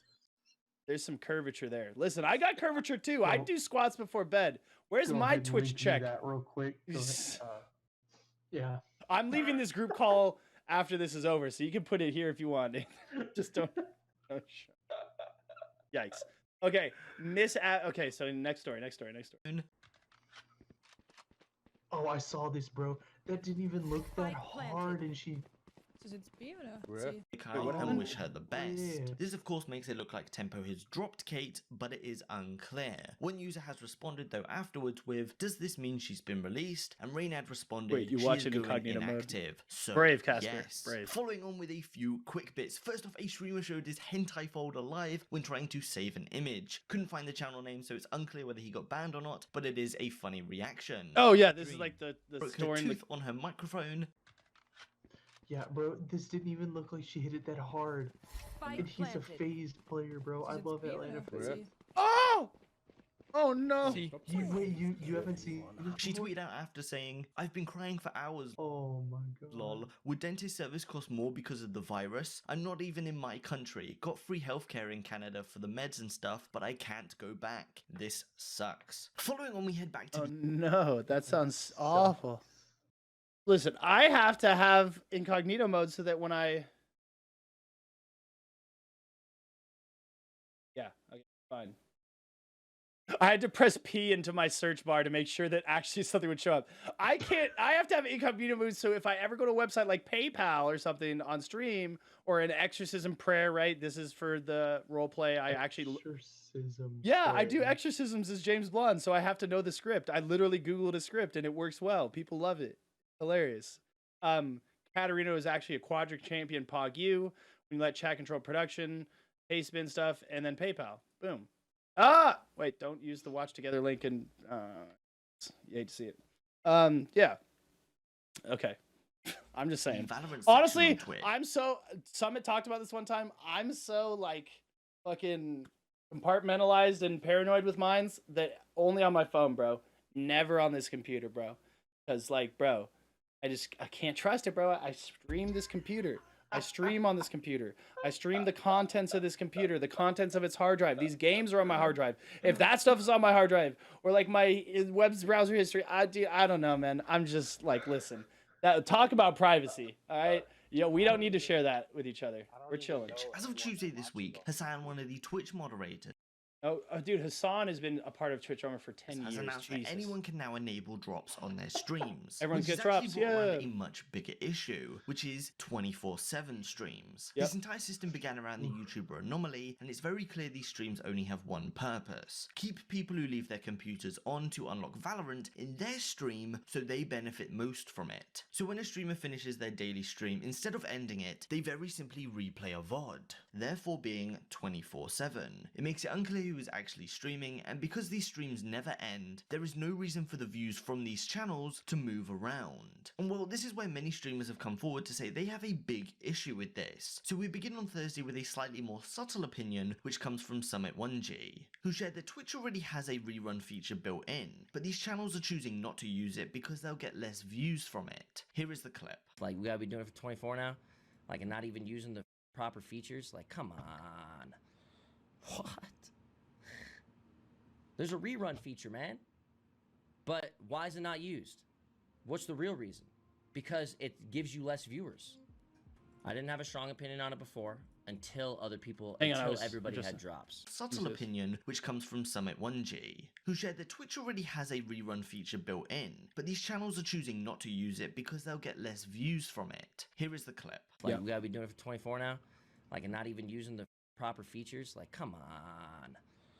What? There's a rerun feature, man. But why is it not used? What's the real reason? Because it gives you less viewers. I didn't have a strong opinion on it before until everybody had drops. Everybody gets drops and it's still happening. Man, craziness. I got people hitting me up to host them after so that they can get ahead of a VOD stream. You know what I'm saying? To show real content. You know what I'm saying? And that sucks. And then we come on to Friday with another opinion from Asmongold. This particular one has sprung forth many opinions from other streamers, but Asmon has released a 7-minute Twitter video on the topic, captioned "Some thoughts on Valorant streams, aka reruns." This video is very long, so here to cut it down a lot, here are a few of the main points. The fact is that I don't think that video content really should have a place on Twitch over live content. So it really hurts the people that are trying to get noticed in Valorant, especially for newer streamers and smaller streamers, whenever you have somebody who's, you know, has a larger audience, who is basically able to take up one of those top spots and they're not even playing the game, they're asleep. What kind of impression does it leave on a new viewer that's just trying to go for a drop, and they might try to convert that person into actually being a Twitch watcher when the first thing that they see is something that's not live and that's intentionally deceptive, especially whenever it's harmful to other creators. And keyword on that is creator, not rerunner. There is a rerun feature on Twitch, and it's not a coincidence that all of the people that are at the top are not using it. It's intentionally deceptive. They're misusing the services on the website, and they're doing it, and it's harming other creators and also the website's growth in the long term as well. And while this sprung a lot of other streamers to share their opinions on the subject, just taking a look at some of the prominent ones, XQC responded, "I did 3 times 24-hour stream in a row, no reruns, and every day I had to spend the first 8 hours digging myself past the VOD scummers. I got so fed up I thought of doing it myself, but the thought of having my loyal community watch a video was disgusting." And then Ross O'Donovan from the art section on Twitch also responded saying, "This is one of the reasons I have the super unpopular opinion that Bob Ross shouldn't be in the creative section on Twitch, rather something like a TV broadcast section. People browsing the art category are going to pick Bob Ross over live artists most of the time." But at the same time, we have the other side of the spectrum with a response that isn't a direct response to Asmongold's video, but this one comes from Forsen saying, "People molding over rerun streamers. Meanwhile, I wake up thinking about playing a game for the first time in a long time. Stop obsessing with Twitch and view counts and just play the game." And well, as it turns out, Forsen's response caused this to go one step further. After starting his next stream, Forsen talked a bit further about specifically Asmongold's opinion on this, bringing up the point that Asmongold is very well known for being a reactionary streamer, and therefore he is doing the exact same thing he's preaching about in the World of Warcraft section. Here's the clip. It's annoying when the guy who complains about reruns also watches YouTube videos, right? That's annoying. Like, other people's shit. Every time I watched Asmongold, there's a fat fucking video there. And he talks about people watching their own VODs instead of watching other people's YouTube videos. Like, what? You think that's fair to lower Warcraft viewers? You're hugging normies that don't even care about the game? No, it's not. But everyone should always have an opinion about everything. Just play the game, stop thinking about Twitch so much. It's annoying. Of course, Asmongold has since responded to this, saying that Forsen's opinion is stupid. If Asmon wants to react to World of Warcraft videos in the WoW section, that should be completely okay. So finally for this one, here is Asmongold's response. Play the fucking game, stop thinking about Twitch so much. What a stupid opinion. What a stupid opinion. If I'm gonna go and react to a Wowhead video or a Belluer video about WoW, and I'm in the section for WoW, and I'm reacting to it and interacting with my chat live, how the f is that how is that even remotely close to somebody replaying a VOD for Valorant to maintain a top directory slot and prevent smaller streamers from being noticed because they get a hegemony or a monopoly on all of the browse viewers that are just looking for the drops? Coming on to Friday, we have one from Ninja. Many streamers have been bashing him over his move to Mixer, given his viewership status. But this week, Ninja went a bit overboard with a clip like most Ninja clips coming from Tim the Tatman's channel. Ninja talks about streamers insulting him for his move to the platform, and in response to these people, he flexes on them. Here's the clip. Oh, wait. Okay, so, well, yeah, this is so good, but we haven't done this. No. We have to do this, but we'll get back to it. Okay. They aren't using it because Valorant doesn't drop keys from reruns. Right. Well, the point is that you're supposed to be live when you're live. And when you're not live, it's a rerun. So I saw Just Ninen, right, who plays with Summit and Shroud a bunch. He played with Shroud a bunch in PUBG. He was like his PUBG duo for a good deal there. And, you know, he's hungry for coming up. He literally will make his title, Farm Your Valorant Drops Here. You know, he's trying to cater to the audience that's currently watching Valorant streams for Valorant keys when he's live. When he went to bed one day, he's like, I'm just going to play a rerun, guys. Farm your keys here. He started playing a VOD live on his channel as opposed to using the rerun feature. And then he put this little ass word, like the size on your screen now that my hands are, or that this YouTube thing right here that said rerun. And someone said that's very small. And he's like, yeah, it's small, but it is there. So fair game. And it's like, what is fair game, right? I mean, it's up to Twitch to decide that. They need to start banning or not banning or making a statement about it. But typically they won't. So, I mean, people take that as tacit approval. Hey, you didn't do anything? Must be okay. So I'm going to go do it. Yeah, go for it. I'm not really sure how I feel about the I do understand the whole rerun thing. Like, I think I am kind of on what Desmond, or is that his name?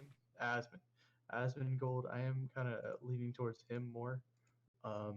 Let me see if that's true. What Crypt is saying is that reruns don't show. Well, let's see if I can search the words Valorant rerun. Yeah, like I feel like if you're just asleep and you just want views and you're just throwing up. Oh, see, look, it's happening right now. This person is not running a rerun because I'm pretty sure there's something that says rerun here. And she says rerun. Twitch Prime sub equals Instadrop Kappa.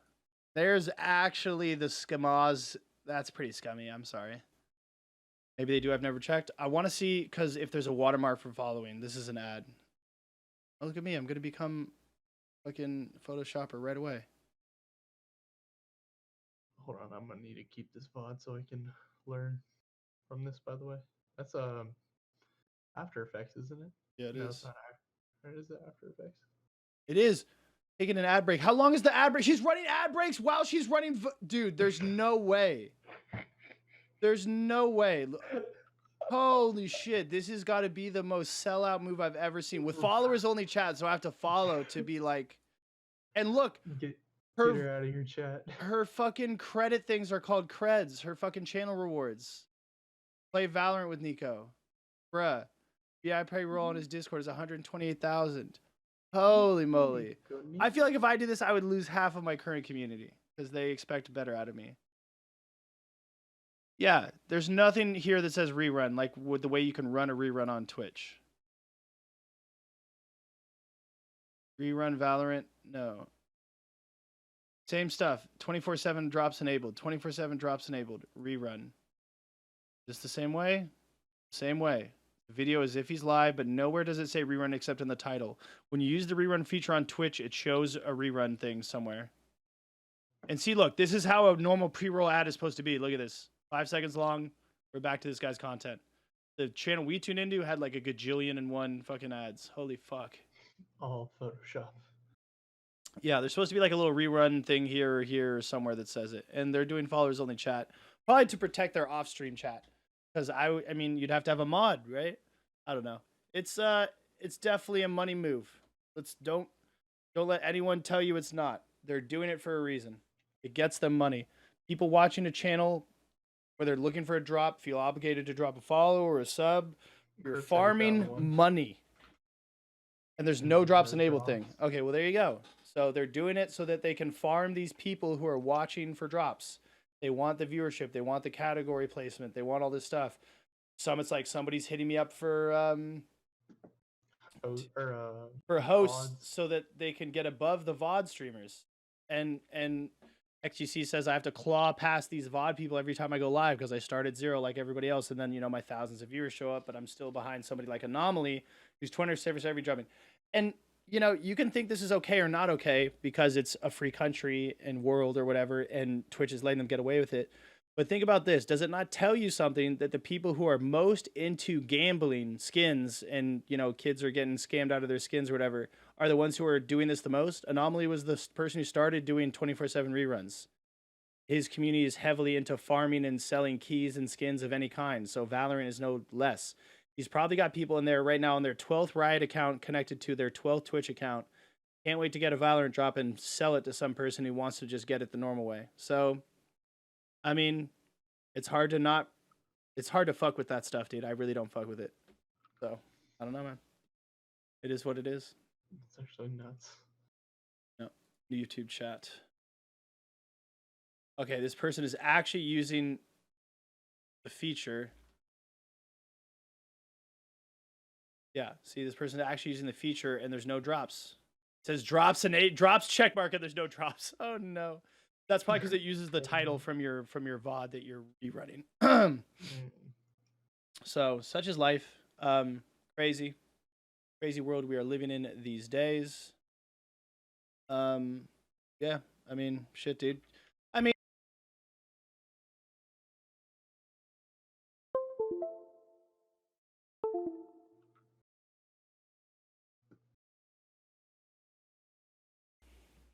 not like this. Can you hear me, guys? Yeah. Okay, we're back. I thought I DC'd for a second. No. Just know what you're looking at. I think that's what I encourage my viewers to be about. Just keep yourself educated on what's going on out there. Because there's people out here running 24-hour streams and they're not live. And in my opinion, they don't deserve your sub. But deserving a sub is way deeper than that. Like, that's like a zone I probably shouldn't even go into even by saying that. My point is just that, like, why not watch somebody who's live? You don't owe anybody anything, like we said. And especially this new drop system leads to a lot of people putting up a lot of streams that they don't have any plan of coming back to after they get their drop. So it's a weird place that we're in right now with the Valorant drop system. I know that I've used it as well. I don't clickbait though. When I'm live, I have drops enabled because I do. And when I'm not live or when I'm not playing Valorant, I don't have drops. And I change my title when I'm playing a different game. And when I'm off stream, I don't run reruns. So I don't know. I'm just not taking advantage of it. Maybe I don't want it hard enough. It's weird. And I think Forson's take is particularly bad and defensive because he's in the wrong here, and he's just trying to compare it to something Asmongold does, watching other people's content on YouTube. I think that's its own issue that could be worthy of discussion, and maybe somebody's doing something wrong there, but it's not the same. It's not the same as what's currently going on. So I don't know. Feels good, boy, man. Yeah. With Twitch, exact same thing he's preaching. I mean, it's no mystery and it's no secret that to be the feels good boy man is often not as monetarily rewarding as doing the thing, right? That's the trade-off you make. So people should just be aware of it. If you do some scummy stuff because you want the money and it's not against the rules, people are still going to see it as scummy. You know what I mean? And the line of where scummy is different for every person. But there's a general consensus on some things, such as doing what Doc did, where he's saying he had drops when he didn't, or running a rerun and acting like you're live. So I don't know. About K. It is what it is. So finally, for this one, here is Asmongold's response for the drop, and then through. Okay, so now we've got literally every game. I'm not even kidding. Every game that I like 4-man or 5-man with like relevant people, it's just within the first 2 rounds, an insult about Mixer to me, something about Fortnite you're trash, or they plug their Twitch stream, and then throughout the game is continual Fortnite shit talking. Yeah. Like, and it's just like, dude, I can literally purchase the bank that your house is being loaned out to, right? Your mortgage that you're paying, and foreclose. And then you can't talk shit to me because you won't have internet. Hi, bro. Oh my god, dude, what? So spicy, dude. Wait, what did I just come back to? Now that was a flex, bro. Wait a minute. I mean, hello? What did I miss? Wow. Oh man. And following that on, we got was another short one from hilarious. Summit 1G, and a continuation of a clip from last week where Summit 1G Yep, there it accidentally is. showed his bong on stream. The bong. It's common knowledge that Summit 1G smokes, but generally doesn't show it on stream because it looks bad alongside sponsors. And well, we come on to this Saturday, and as you can see from these two screenshots, the Monster Energy sponsor is now gone and most likely had to do with this mishap. Summit also denied the bong allegation, saying it was a vase, but as you can tell from his smile, he was most likely just joking. Yeah, have you commented on the bong clips of you circulating Reddit? Bong clips. Listen, man. Flower vase, brother. That's all. Boys, Flower vase with no as flowers. of right now, me and Monster are not a partner. We are not partnered. Okay? Don't freak out. Everybody calm down, okay? It's perfectly okay at this point in our career, you know, to lose sponsors every once in a while. It's perfectly okay as he sits. Oh god, I tried to click the pause. Is continual. It's perfectly okay in our career to lose sponsors. At 85,000 subs times 2.5, which is half, and when I've been told by Sky's Toast via his YouTube video, when you have over 10K, you can get a bigger piece of this. So he's making upwards of $200,000 a month already just on subs alone. Minus tax, plus the additional cut he gets from being a big streamer. He gets more than 2.5 per sub. It's actually nuts. Yeah, have you commented on the bong? We are not partnered, okay? And the last one for today comes from Invader Vi, where we have a similar topic to that of the this is previous, why we of had to Bad do Bunny it shaming today. her viewers into subscribing to her channel. And here we have a clip that went pretty viral, getting 180,000 views, where Invader does a very similar thing. Oh, The God. clip entitled Streamer Shames Viewers for Not Subbing God. During a Global this one. Crisis. And as the clip title says, we're in a bad situation globally, and people aren't earning as much money. But here we have Invader Vi telling her viewers to sub to her. It doesn't really matter how much money you make or how much money you have. That's really the thing, because I'm not asking you for a large financial contribution. If it costs $20 to sub, $20 is quite a bit of money. $20 is you can get a full meal for $20. And the difference of $20 and eating a meal is in that $20. Like, that's where it is. But a sub is $5. At maximum, in whatever your currency is, it's maybe $10. And it doesn't matter how broke you are. If you have time to watch Twitch, you have $10, truly. If you don't have $10, you probably don't have time to watch Twitch because you should be working. You should be trying to earn money. It's not a ton. It's not like a ton of money. So being like, I'm broke, I can't afford to sub, that doesn't really track. What you mean to say is, I'm so irresponsible with my money, I can't support the entertainment that I enjoy. That's what that is. And this one didn't end there. I'm to watch Bruh. Twitch because Bro, I thought it's she was maybe trolling. in She the is video. trolling. She's told me- 100% oh. trolling. There's no way she I actually. was like, No. Ben Beer says, dude, I actually commend this girl. It's the smartest marketing stunt. The Twitter comments are pretty funny, though. She does edgy shit like this all the time. There's no way. Or, I mean, this has got to be a persona. Or she's this scummy. Either way, she doesn't deserve your money. I'm sorry. But deserve your money is such a complex concept. Who's to say who does or doesn't deserve money, etc., etc. But I'll tell you what this is right here. is $5. At maximum, in whatever your currency is, it's $. And it doesn't matter how broke you are. If you have time to watch Twitch, you have $10, truly. If Yeah. you don't have $10, you probably don't have time to watch Twitch because you're trying to earn money. It's not a ton. It's not like a ton of money. So being like, I'm broke, I can't afford to sub, that doesn't really track. What you mean to say is... What they mean to say is, what you mean to say? I don't want to give you my money. I'm going to tell you I'm broke because you're not worth the $5 to me. That's 100% what's happening in her channel. All these freeloaders looking at her legs in the blanket fort. That's what they want to do. They want to look at her legs in the blanket fort and give her no money. And you have agreed to those terms by streaming for free. Technically speaking, everybody streams on Twitch for free unless you're a Twitch partner and you get money from ads, which she is, and she does, or you have sponsors that sponsor every single stream, like Monster for Summit. Every time that fridge is in a stream, he makes money. You know what I mean? So like every time I press live, nobody's paying me money to press the get live thing, unless you start dividing my stream hours by subs, and then I'm paid way less than minimum wage. You know what I mean? Like the point is that it's your job to make yourself popular and incentivize subs. It's not your job to tell somebody She's baiting them. She's been like, you don't give me money because you're broke. You're too broke to watch Twitch. You better get the fuck off Twitch and go get a job, get some money so you can give it to me. Now, outrage views are still views, and that's what's going on here. She is not organically entertaining or skilled the way XQC or Summit are, right? She doesn't have a mix of gaming skill mixed with this. She's maybe skilled at whatever this just chatting thing is that she's doing. I've seen her talk about wanting to fuck Ms. Kiff at that is a school or a skill. If it brings in money, I don't know what it is, but it's a Alright, fair profitable talent. I mean, it is what it is, you know? And she's got us here talking about it. And I mean, who are we, small people? But somebody's going to go after watching this video because the man who made this video, Streamers Reloaded Tom, put Invader V down there. And somebody's going to go see what she's up to now. You know, it's going to work. Looks like I'm broke and irresponsible there. I mean, and that's why I never tell people like, I'm sorry, I don't have money to sub. And most of the time I just say it's all right. But if I really, really was pushing, like trying to earn money, I would probably do something like, hey, listen, I know you don't have money and that's fine, but maybe share the stream sometime. Do you have a Twitter? Do you have some other way of sharing my content out?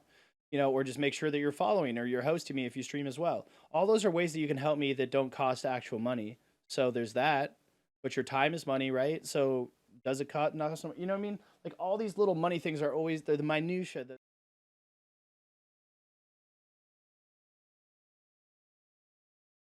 Thank you for watching episode 2 of Mainstream Monday. I hope you come back for episodes 3 and 4.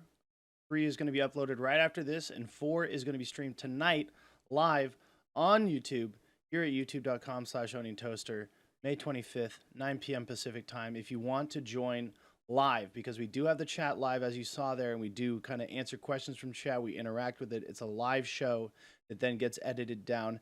As you saw, it got cut off a little bit early. Unfortunate. I do feel like a malicious former member of our community kind of reported the video for guidelines violations, because when we appealed it, it was obviously repealed. Nothing about our stream is meant to be malicious, and I do want to state that here. We're not here to bully people or pass judgment on people's personal, you know, ethical, you know, makeup as a human being. We're not here to tell you who you are.